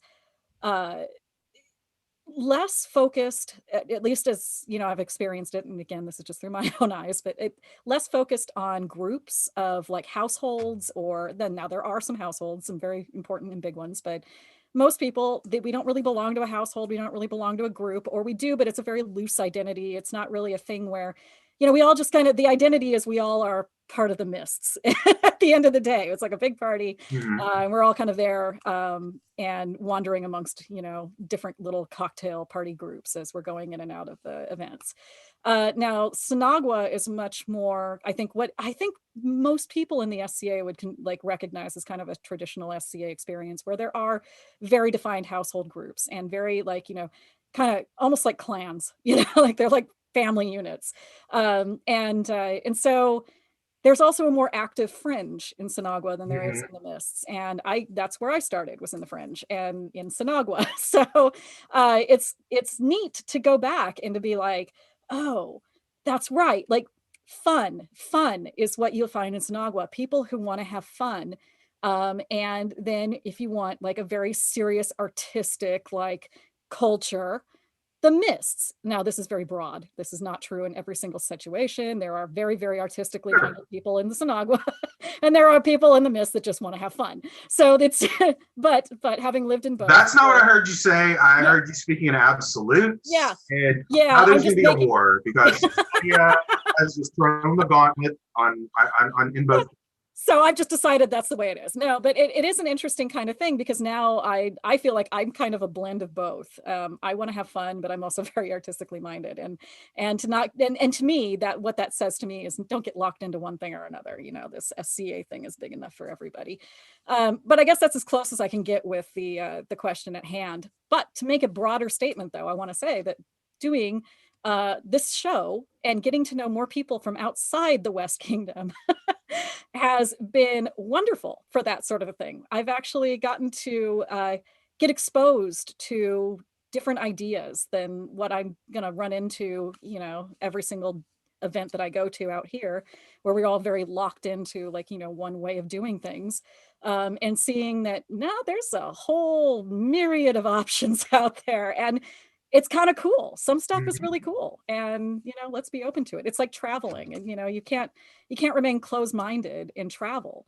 You just can't. You get exposed to new things, you get exposed to new people and new situations, and you kind of find your horizons broadened. So I had a whole talk about that. Wow. I was like, Yeah. Now I'm waiting for all like the Sinagwans and the Misties to like chime in and tell me I'm wrong in the chat. oh, whatever. I love you all very, very much. All right. So we've got the last question of the official questions, and then we can go to some chat submitted questions. Can I just say something? Yeah, go for it. Fuck. Our best drink. Mm.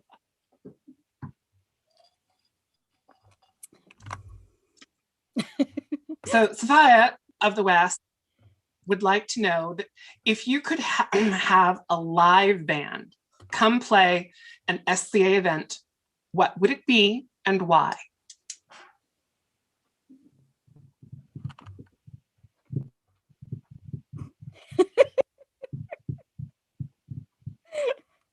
Wow. It's a surprisingly hard question. Wow, yeah, because it's like it's not just like who's your favorite band, because then you're like, oh, would that like integrate? It doesn't matter. It doesn't. I don't give a shit. Like Just- it doesn't matter. Hands down, Queen. Hands down. I don't care. I was just gonna say the same exact thing. I was like, I know Queen. I Yes, mean, Green Day. Absolutely. yeah, Mhm. Carrie says Green Day because no fucks, let's jam. But also, Blessing. I was also thinking to myself, maybe it would be a real mind fuck if like Stan Rogers, came up from the dead and like showed up at an event and just showed everybody how to actually sing Barrett's Privateers. It's like, Yeah, mind blown. Aaron. For me, it's a toss-up. If I'm just thinking, let's have fun, screw it. I want pink. Mm-hmm. If I'm going to be a good boy and think of something that would kind of be able to blend, I would want my future husband Sting to come and he can play the John Dowland album on his flute, and that's perfectly period music and it's awesome, and I'd still get to look at my future husband Sting for a while. Charles, what's going on over there? Yeah. I don't feel like Sting is really at a point where he has much of a future left. So you better kind of get on that.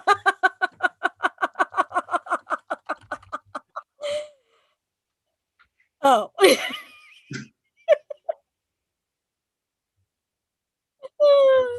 Were you live on that one, Baby Ninja? Okay, Baby Ninja just said leave it to the Laurel to throw the gauntlet at the apprentice. Well, he'd eat the poached eggs. Oh, man. All right, so let's move on to some of the chat submitted questions. The first one straight out of the gate is Giles says, hold on. Is it Giles, as in the Giles? It's Giles? as in the Giles. As in the Giles from what was that movie that we all watched when we were like this tall? In Service to the Dream. Is it that Giles? I believe it's Master Giles. Master Giles, isn't that Giles? Baron Master. Oh, what has Giles got to say? He says, as a peer, how do you decide what issues to get involved in and what ones to stay out of? Did Giuseppe tell him to ask that? I was surprised that it came from Giles, but I know. I feel like it's more of a Giuseppe question, but I think that is a really good question though.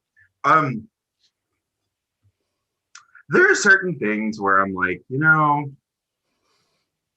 fuck them if they can't take a joke, right? It doesn't matter. But then there are areas, especially around representation, where I have a real hard time staying out of the fray. And that's typically where I wade in and decide that I want to get involved is when we start talking about representation. And it sometimes I can be a little hot-headed, and that's and I feel like that's kind of my strength, also my weakness, and I try to balance it. But in general, when we start getting to the topics of representation, that's a hot button for me, and that's where I tend to wade in and be like, I have something to say on this topic. Yeah. Aaron?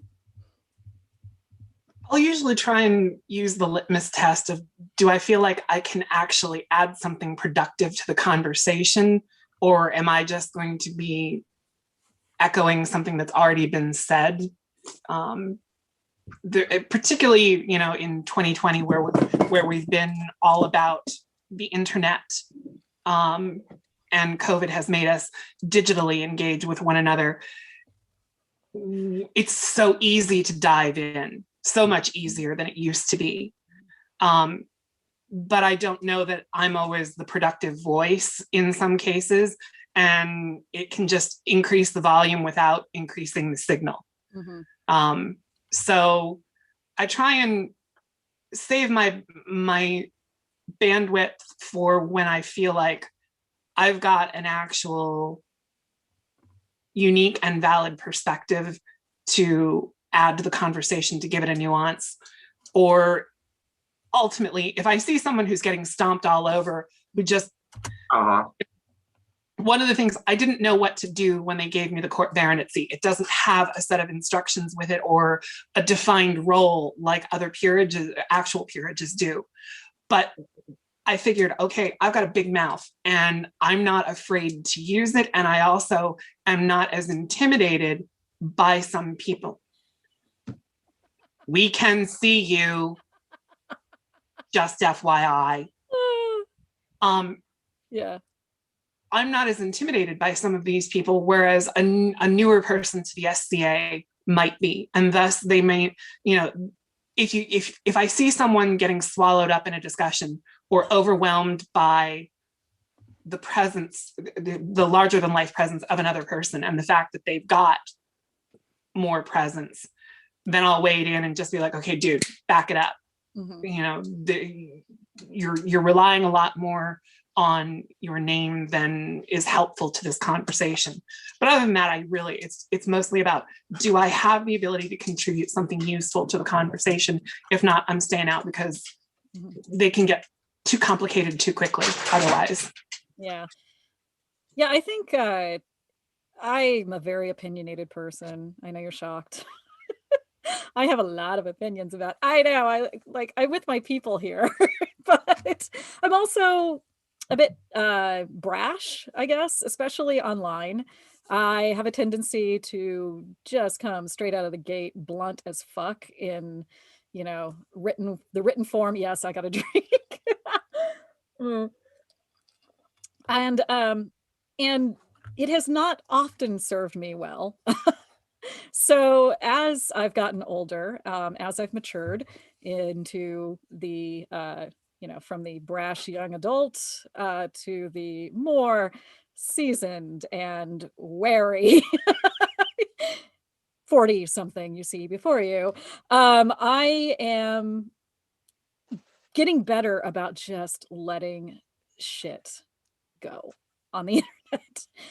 The only time I'll step in is if actually somebody says, hey, I need backup. So, you know, if there's a situation Right. I need, you know, I get called on to give backup. And, you know, yeah, it doesn't always work. the They're still human. Yeah, the brain will just go there and vomit stuff out sometimes that I really wish it wouldn't. And so I've become better, not perfect, but I've become better at the write it up, delete it. If it's really something you think you might want to actually go back to and publish, put it into a Word document, let it sit. Again, let it sit overnight. Just marinate on it for a while. Yeah, Just marinate for a minute, you yeah. know, and you come back to it. Sometimes some really egregious shit gets said that you just can't like let go, but most of the time it's just, you know, you're just like Aaron said, are you going to add anything to the conversation? Is there going to be any sort of all what you want to say just going to end up provoking somebody, you know, or is it just going to like throw fuel on the fire? Or, you know, while that can be very satisfying sometimes, it's also kind of a, you know, it's not that great and a healthy thing to do, just interpersonally in general, but also when you're in the microcosm of the SCA and you're also a peer on top of it because you have the megaphone. I call that the peerage megaphone. Your words have value, like value add in a way that you don't really realize until you step out of that gate at some point and you're like, I have an opinion, and suddenly everyone's pissed off at you. And they are telling you about it. It's not like they're going to go to your Laurel and be all like, no, because there's to that point, you know what, that Buffett has happened. Oh, and it's all of a sudden it's it's not Laurel anymore. It's like it's Yep. That is, like, they come straight up to you and they'll just come barreling right in and they're just like, you know what? And you're like, oh shit. So yeah, having had that happen a few times in my life, I've learned, you know, that's where the speak and be silent part of the oath comes in, right? Anyways, so next question, I think. So this one, Aaron, if you want to read this one. Are we going to go with Brigads? Oh yeah, let's do Bridget's first. Is this Dame? Is this Dame Brigid? Yes. Oh, it's gonna be good. I can feel it. Okay.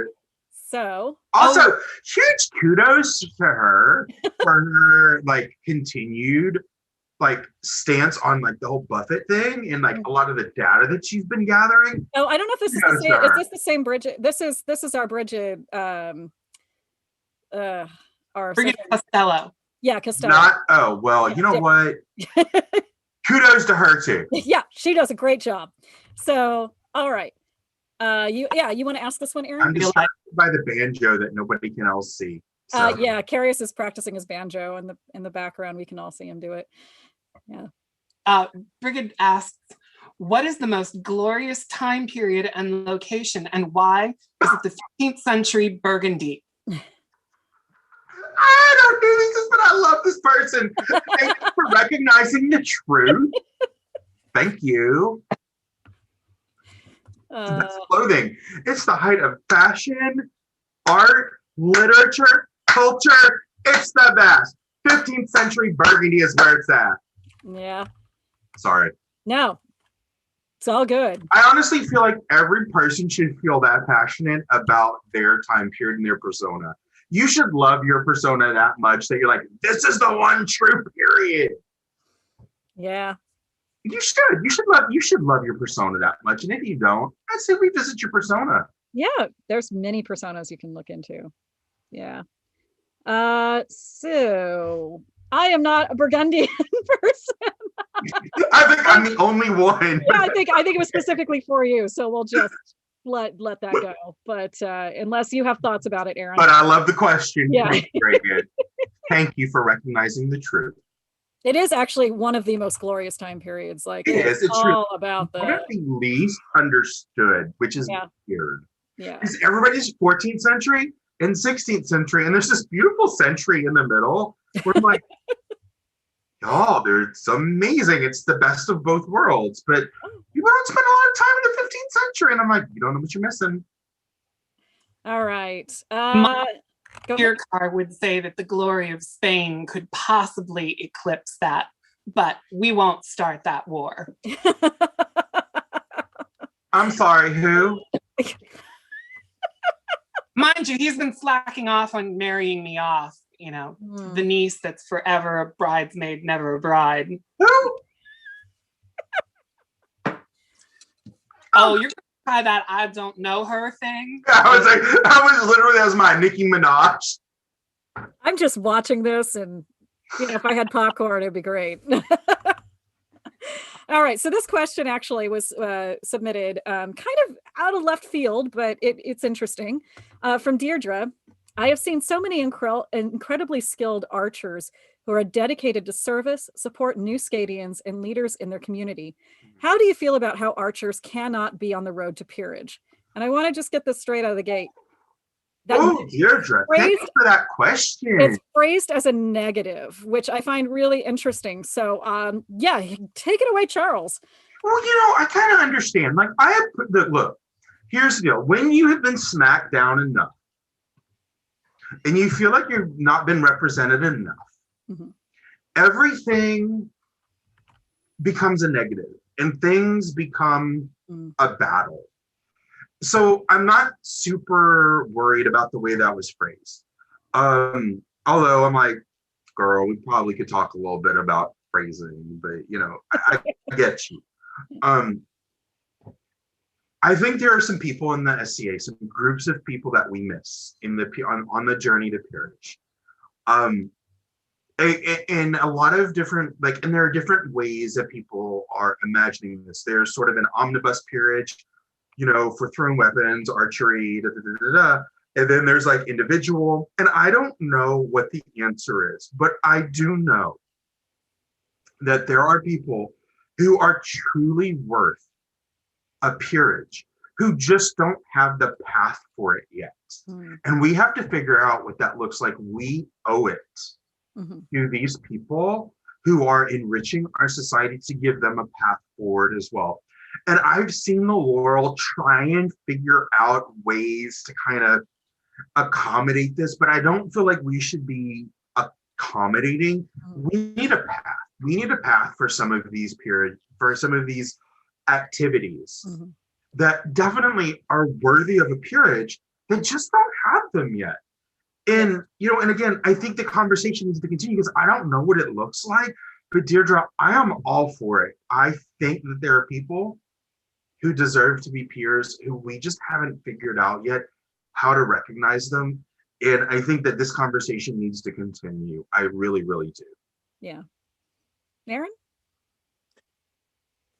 I would agree with all of that. And I think if we can embrace the fact that the fencing community was worthy of its own peerage, if you're looking back historically, how many battles were won on the backs of the squadrons? Peasant court. And they were contributing every bit as much effort and time and blood to the cause, that there should be a method of recognition for people who are devoting themselves not only to the craft of how we're... Oh no, he dipped out. Oh, we lost we lost Charles. Now we have Baby Ninja. We'll get Charles back on in a second. You can keep going though, Aaron. But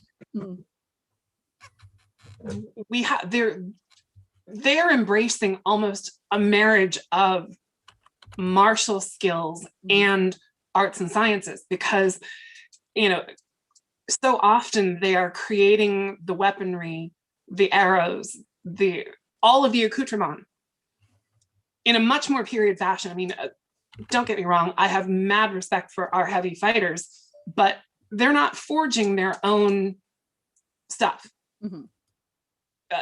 Most of the time they are purchasing it. Archers, our period archers or recreators are doing both the fighting and the creating a lot of the time. And I think that's an amazing synthesis of skills that there needs to be a path that acknowledges the fact that they are embracing both sides of that.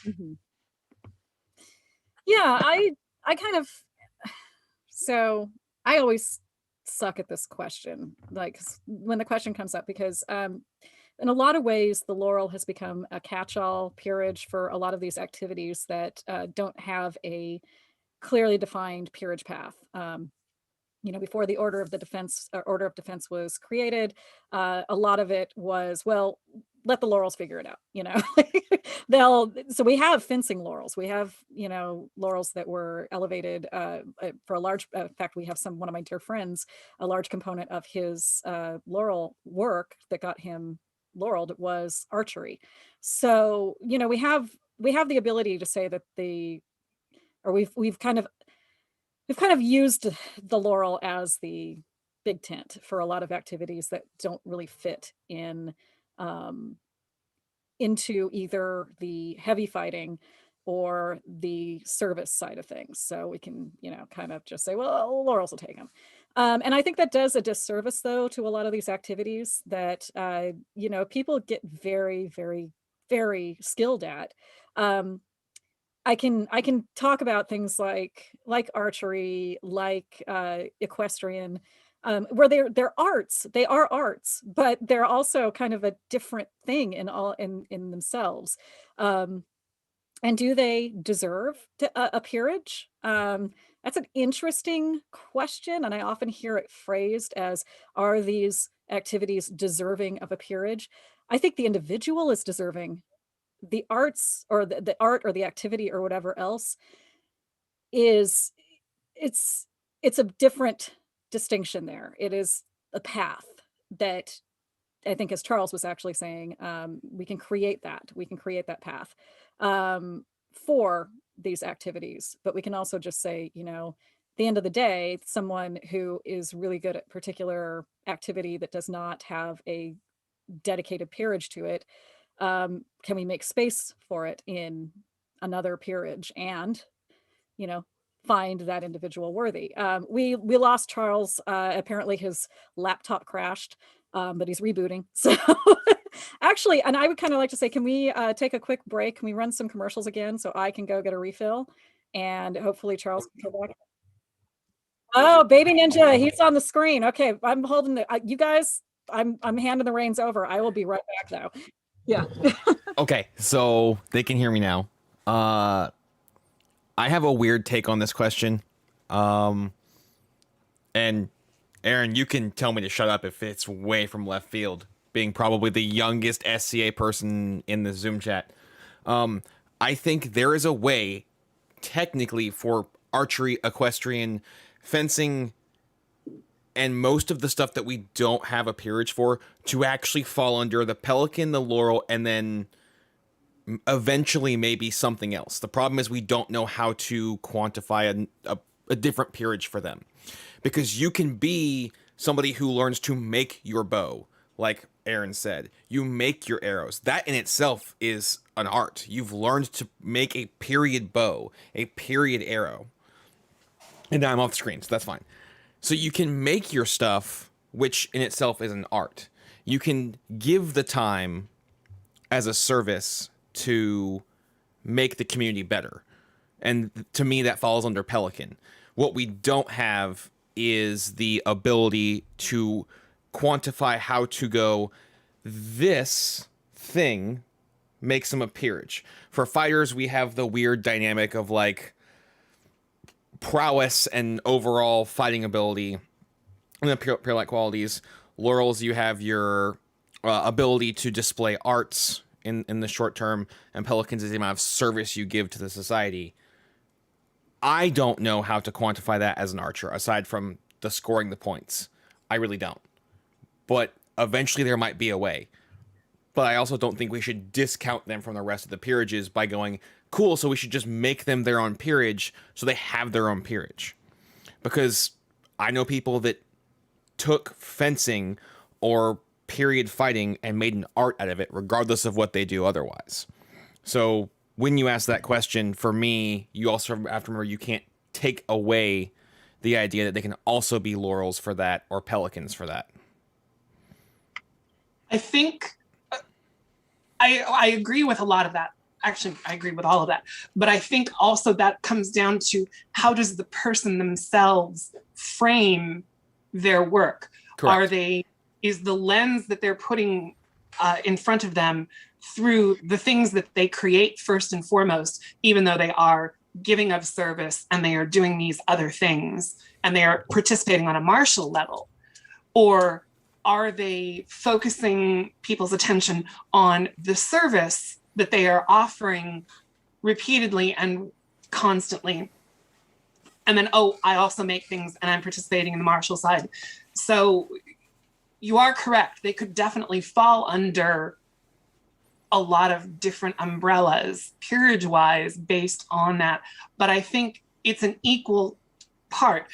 We have to have the conversation of how do we better address recognizing the contribution they're making, but also I think on a case-by-case basis, archers need to decide what's the main component of what they do that they really love and focus on that, because that's going to help everyone else individually say, okay, you are very definitely an artisan who does Correct.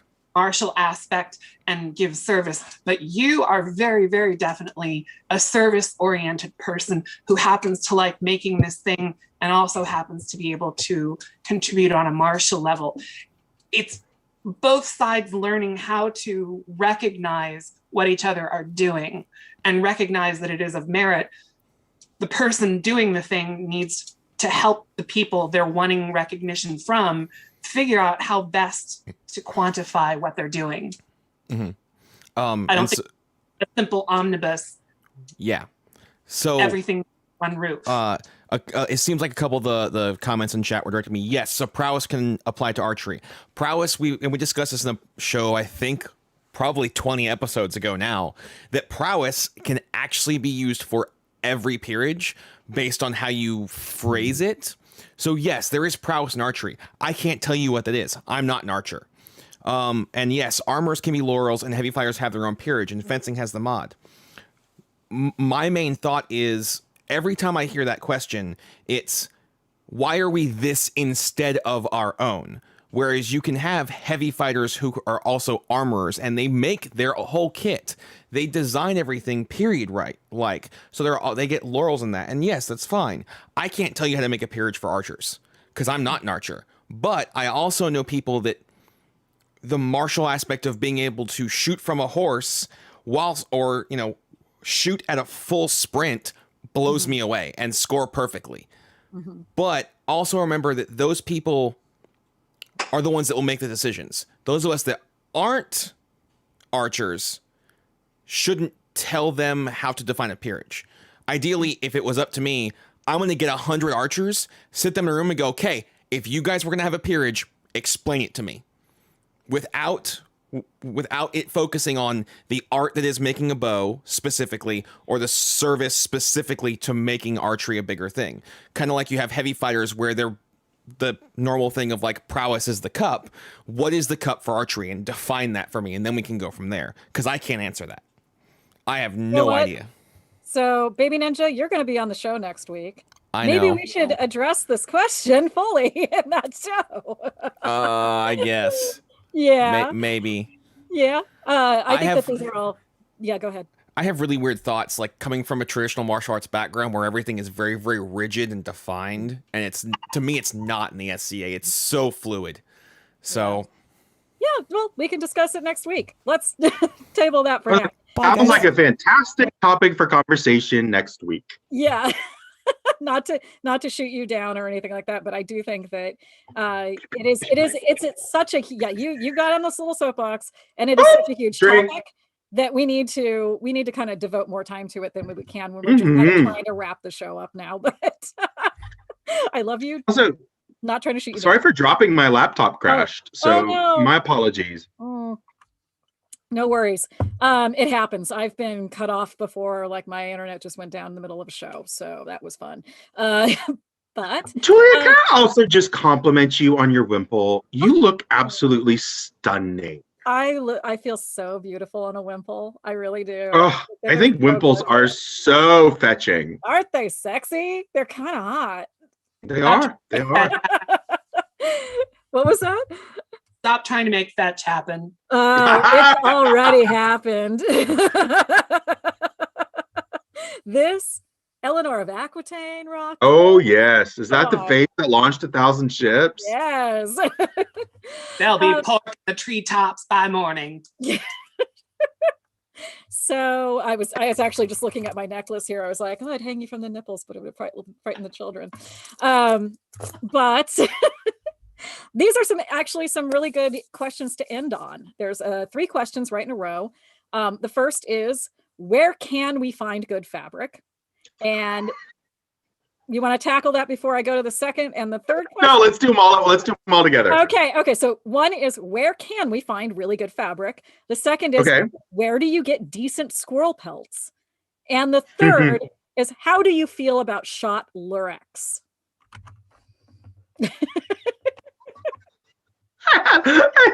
Whoever, oh my God, I actually have very specific answers to every one of those.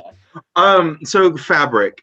So there's no great place. I feel like hunting for fabric is like, excuse me, this is giving me a headache, and you're just gonna have to see me with my bald head now. There you go. Fabric is like, shopping for fabric is like a treasure hunt. There is no really good one place. Like for wool, I like to go to a certain place. Like I love Pendleton for wool, but I'm also super lucky because I live in the Pacific Northwest and I have access to Pendleton. So that's not really useful to folks. I love eBay for fabric. I really, really love eBay for fabric. Yeah. And it's risky, but I have found some of my best finds just individually searching through eBay, looking at one thing after another, and just finding different fabrics. It's so hard. It is really hard to be like, this is the one great place. I mean, obviously Sartor, but who can afford Sartor all the time? I had to save up for Sartor fabric. But yeah, Sartor. And then Silk. What is this? Silk.us. Silk. Oh, that's Pure Silks. Puresilk.us. Yeah. I love them for silk. Same. Yeah. They have some stuff that's not so great, but they have some beautiful stuff that's really amazing. But it is, I don't know, fabric shopping, there's no great place. It's like, it is a treasure hunt. And that's kind of why I love shopping for fabric. Yeah. What about you, Erin? I've had reasonably good luck with fabricstore.com if I'm doing online. All of the places that have been mentioned already, absolutely. There was a place here reasonably close to me that I always loved, and it catered to the East Indian community called Fabric for Less. They've moved, so they're not quite as convenient to me, but oh my God, the silks and sari fabric you find mile after mile of beaded. Nailed it. Rim. If you have access to a sari district wherever you are, amazing for silk. Yeah.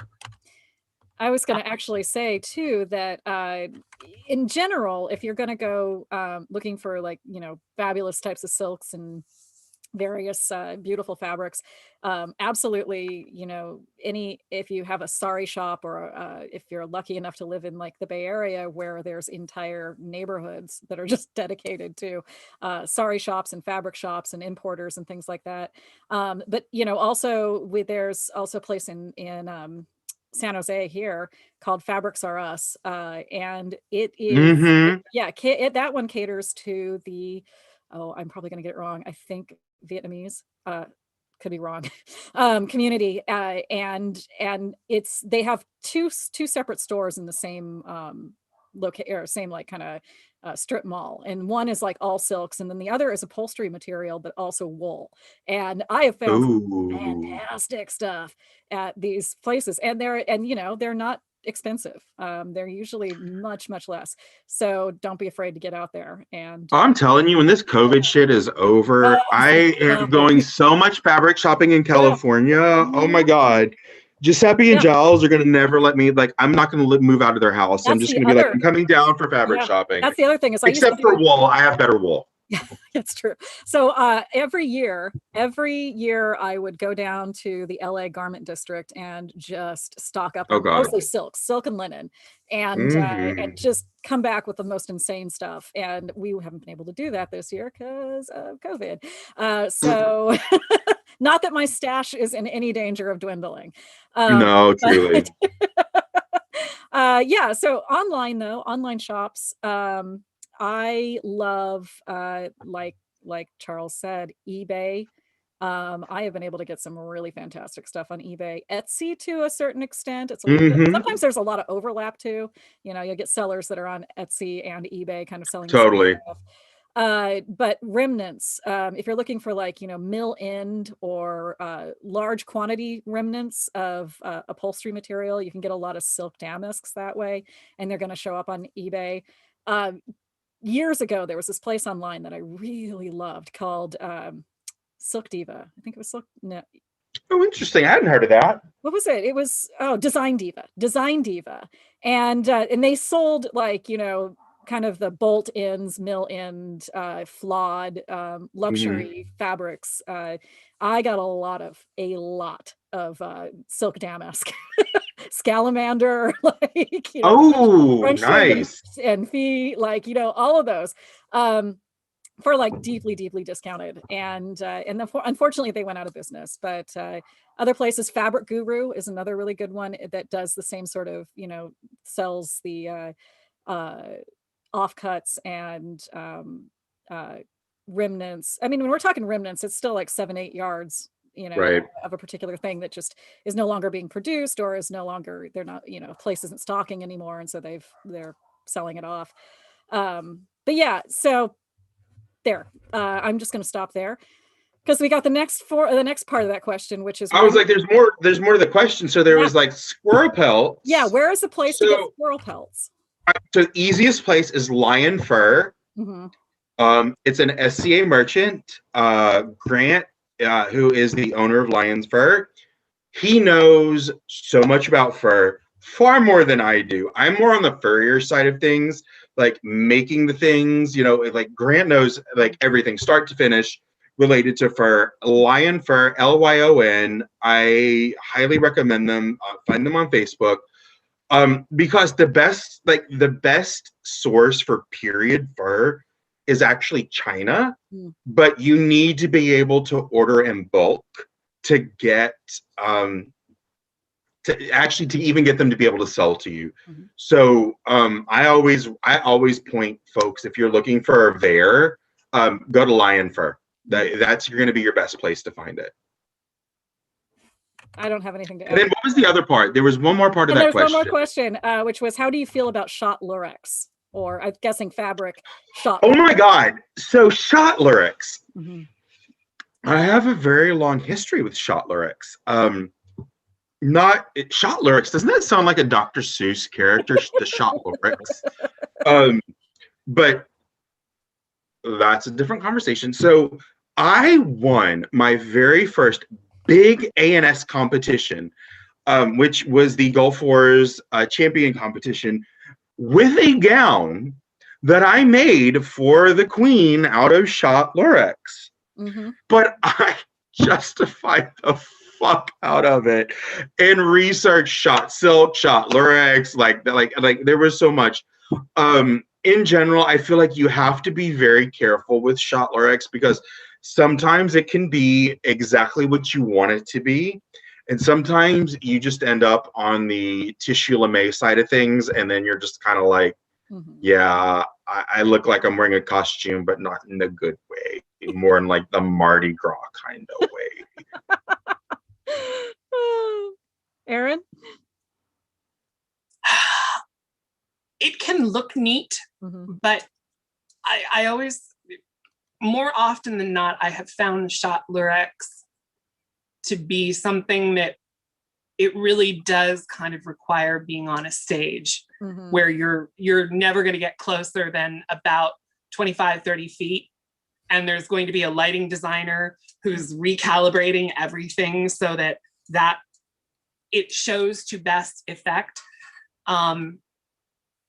I've never been a fan of how it moves and the fact that every ever-loving thing in the universe will snag it.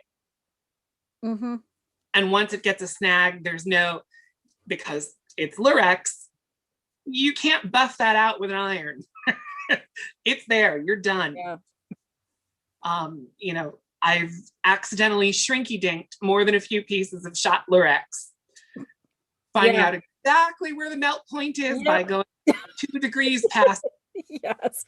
Yeah. And it will also shred your machine. So that stuff, it will rip up threads. It is a pain in the ass. The little bits of the lurex will get into every nook and cranny in your machine and require professional cleaning. But I wanted to show you guys. Just give me a quick second. I'm going to step off screen and go grab something.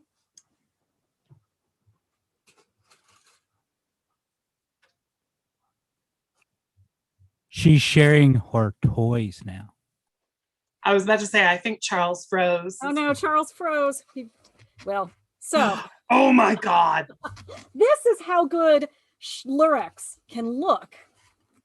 Let's see if I can unfold it enough and get it up there. Like, this is a really nice silk ground lurex damask. The gold is the lurex.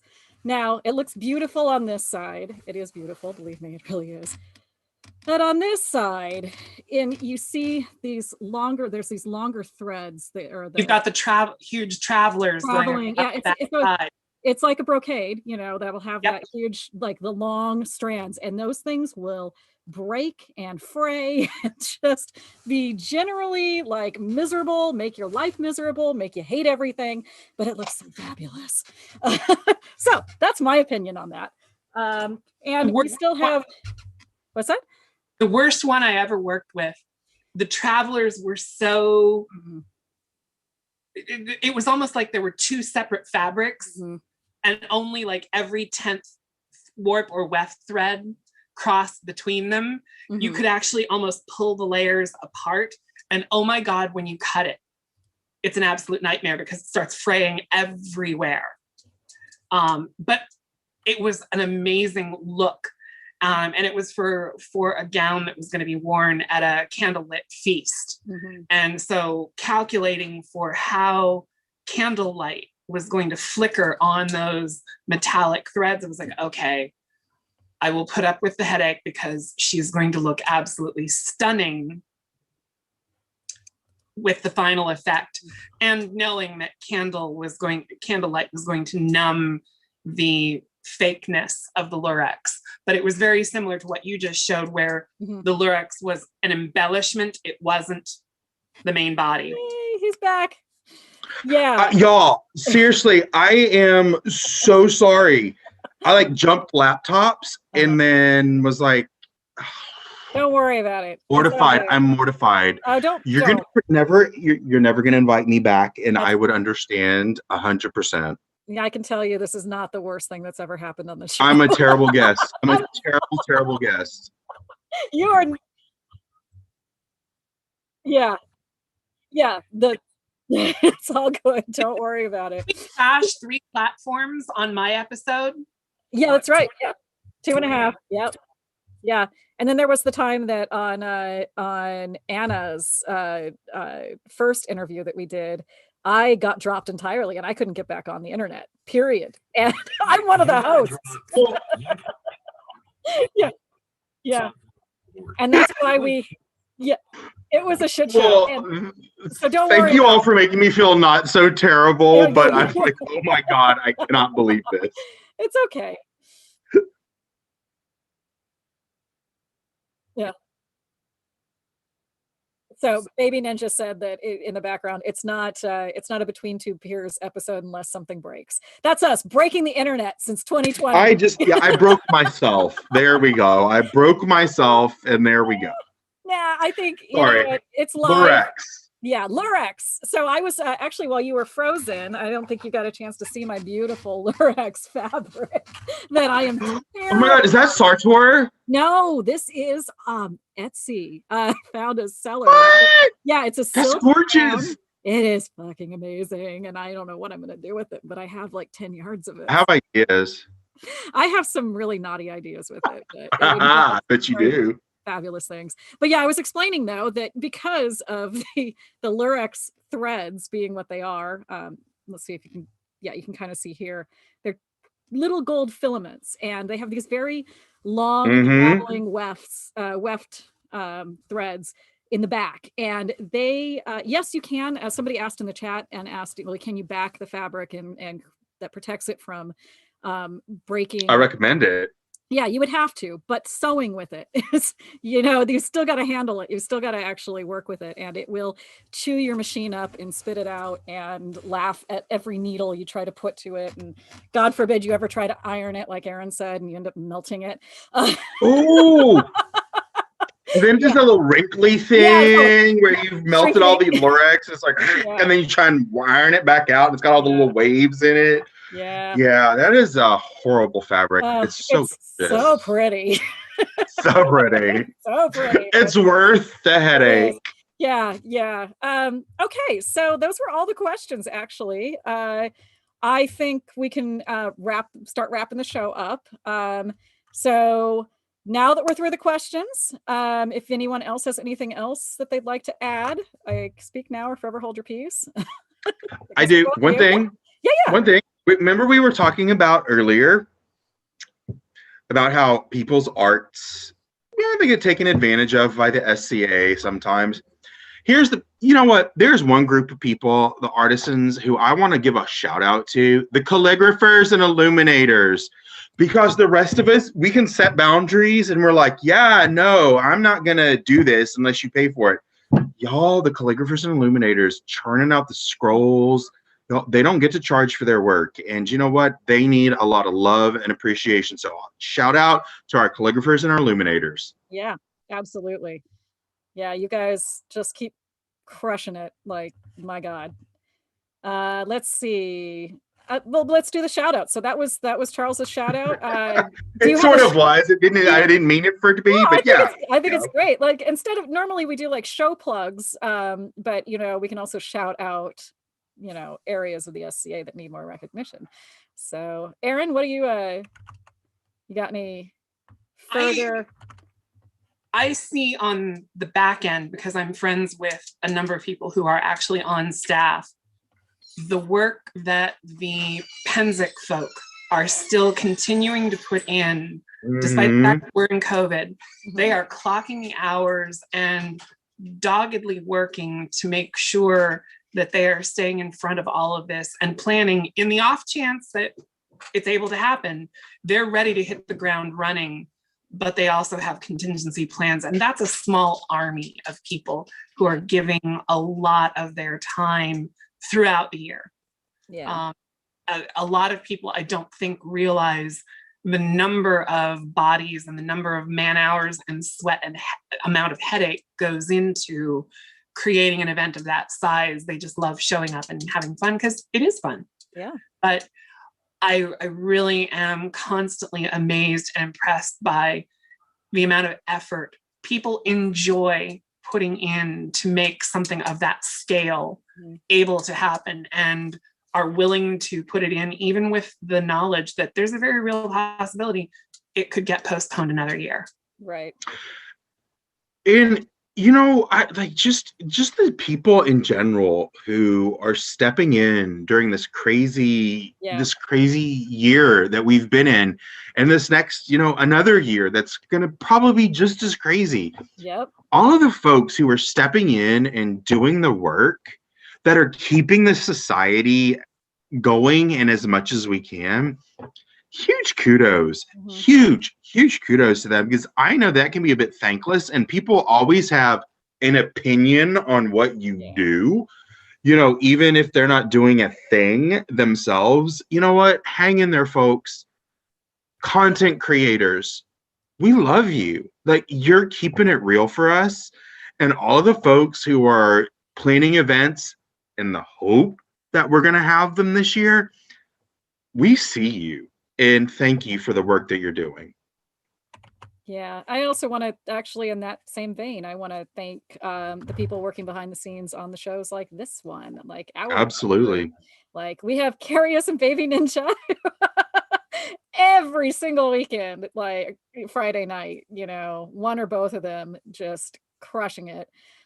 We also have our moderators, Katrina and Reese, and we have the commercial crew. Bet you didn't know we had that too. That's Ula and Sammy, and Carius is also a part of all of that. And so it's not just like me and Helga just kind of being ridiculous. I gave that over to Ula and Sammy because they are more awesomer at it than I am. Yes. So that's like, you don't see all of this stuff going on in the background. And there are other shows that have as extensive a background crew as this one does, which we are eternally grateful for, by the way, because I think, if you watch the first few episodes of Between Two Peers a year ago, they are nowhere near as good as this.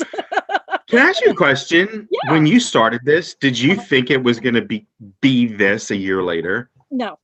I didn't know. I didn't really know what I was going to, what we were going to end up with. I was just hoping, a large part of it was just, I wanted to feel a connection to the SCA while we were able to meet. And the first thing that kind of came to my mind was, let's just do a question and answer format, like an interview show. And I approached a friend who wasn't really like into the idea. I think didn't really, it just didn't strike her the way that I was expecting, like, yeah, let's do it. And she was kind of like, yeah, not really my thing. And I'm like, okay, fine. Right. And then I turned to Helga and I was like, you want to do this ridiculous activity? And she's like, yes, let's do this ridiculous activity. So yeah, now we're SCA famous. Isn't that weird? It's the weirdest thing being SCA famous. I still don't believe it, but whatever. We'll see. I know, but you like, but the thing is, like, but you have a platform to say stuff and like say shit. Yeah. But yeah, so if you'd have told me a year ago that it would be like this, I'd have been like, yeah, okay, because I had no expectations. But I'm, happy. I'm really happy where it ended up. But it takes a lot of work, and it's not just this pretty face or Helga's pretty face. It's a lot of hard work and pretty faces in the background. All right. What Go makes ahead. it being able to walk back into it Mhm. as a co-host this Yeah. time instead of as a guest. Yeah. There was no trepidation. You know, having seen the group of people that I was going to get to work with Mhm. the first time as a guest was mind-blowing, the amount of work that was going into it. And it was episode 13. We're at 47 now. Yeah. And how Crazy. you all have evolved. Look at how much you have descended in the quality of guests that you have gotten to at this point. You have had to scrape the barrel to get me on You were here. one of my wish list very, very early on, and I honestly didn't think you would say yes, and I got really like worked up in my brain around it, which was stupid. I know. Like that's what Helga said too, and I'm like, what the fuck? I'm like, because you're just you're you, and you're like, yeah. I don't even know what that means. I don't even know what that means, but Okay. I don't know what it means. but yeah, like bottom of the barrel at this point. Bottom of the barrel. Shush, don't even. No, you're Oh, calling. when she said that, I told her, I'm like, oh, no. Trust me. That's exactly it. Yeah, but okay. Text. Oh my God, y'all are crazy. You guys are awesome. Well, okay, so I'm going to move this on, though. I'm going to do a little bit of a commercial update. SCA merchants, if you have a business, if you wish to have or add a commercial on Between Two Peers, please contact one of us for details about what is needed from you so we can pimp out your awesomeness on the show, because that's other part of this is you guys aren't being able to go to events and make money. We want to help you out there. Mhm. So we'll be limiting them to 1 or 2 a show. We sometimes do 2 or 3, just depends. But we always are more, always interested in more commercial material and putting the money out there. So thank you all of you for continuing to tune in and support the show. And yes, we are still working on updating our merch. We do have some things that are available currently still on Redbubble. So look up Between Two Peers on Redbubble if you want some fun show swag. And we'll see you next Friday when we return with our charming guest, Baby Ninja, who will have many, many opinions on many, many various things. I have no doubt. Good luck following this. It's going to be fun. Hey, Baby Ninja, you are pretty. Just shush. Okay, so like and follow us on Facebook at Between Two Peers to catch all of our updates, information on upcoming contests, general shenaniganry, and other fun stuff during the week. Your enthusiasm for the show means that we are doing something right. And believe it or not, it does keep us going and wanting to do this every single freaking week. So with that, I think this is a wrap. You guys have been great. Thank you, Charles. Thank you, Aaron. I am You guys are so fantastic. grateful that y'all had me. Thank you so much. Baby Ninja, you got your hand up. Are you counting down? Yes, he's counting down.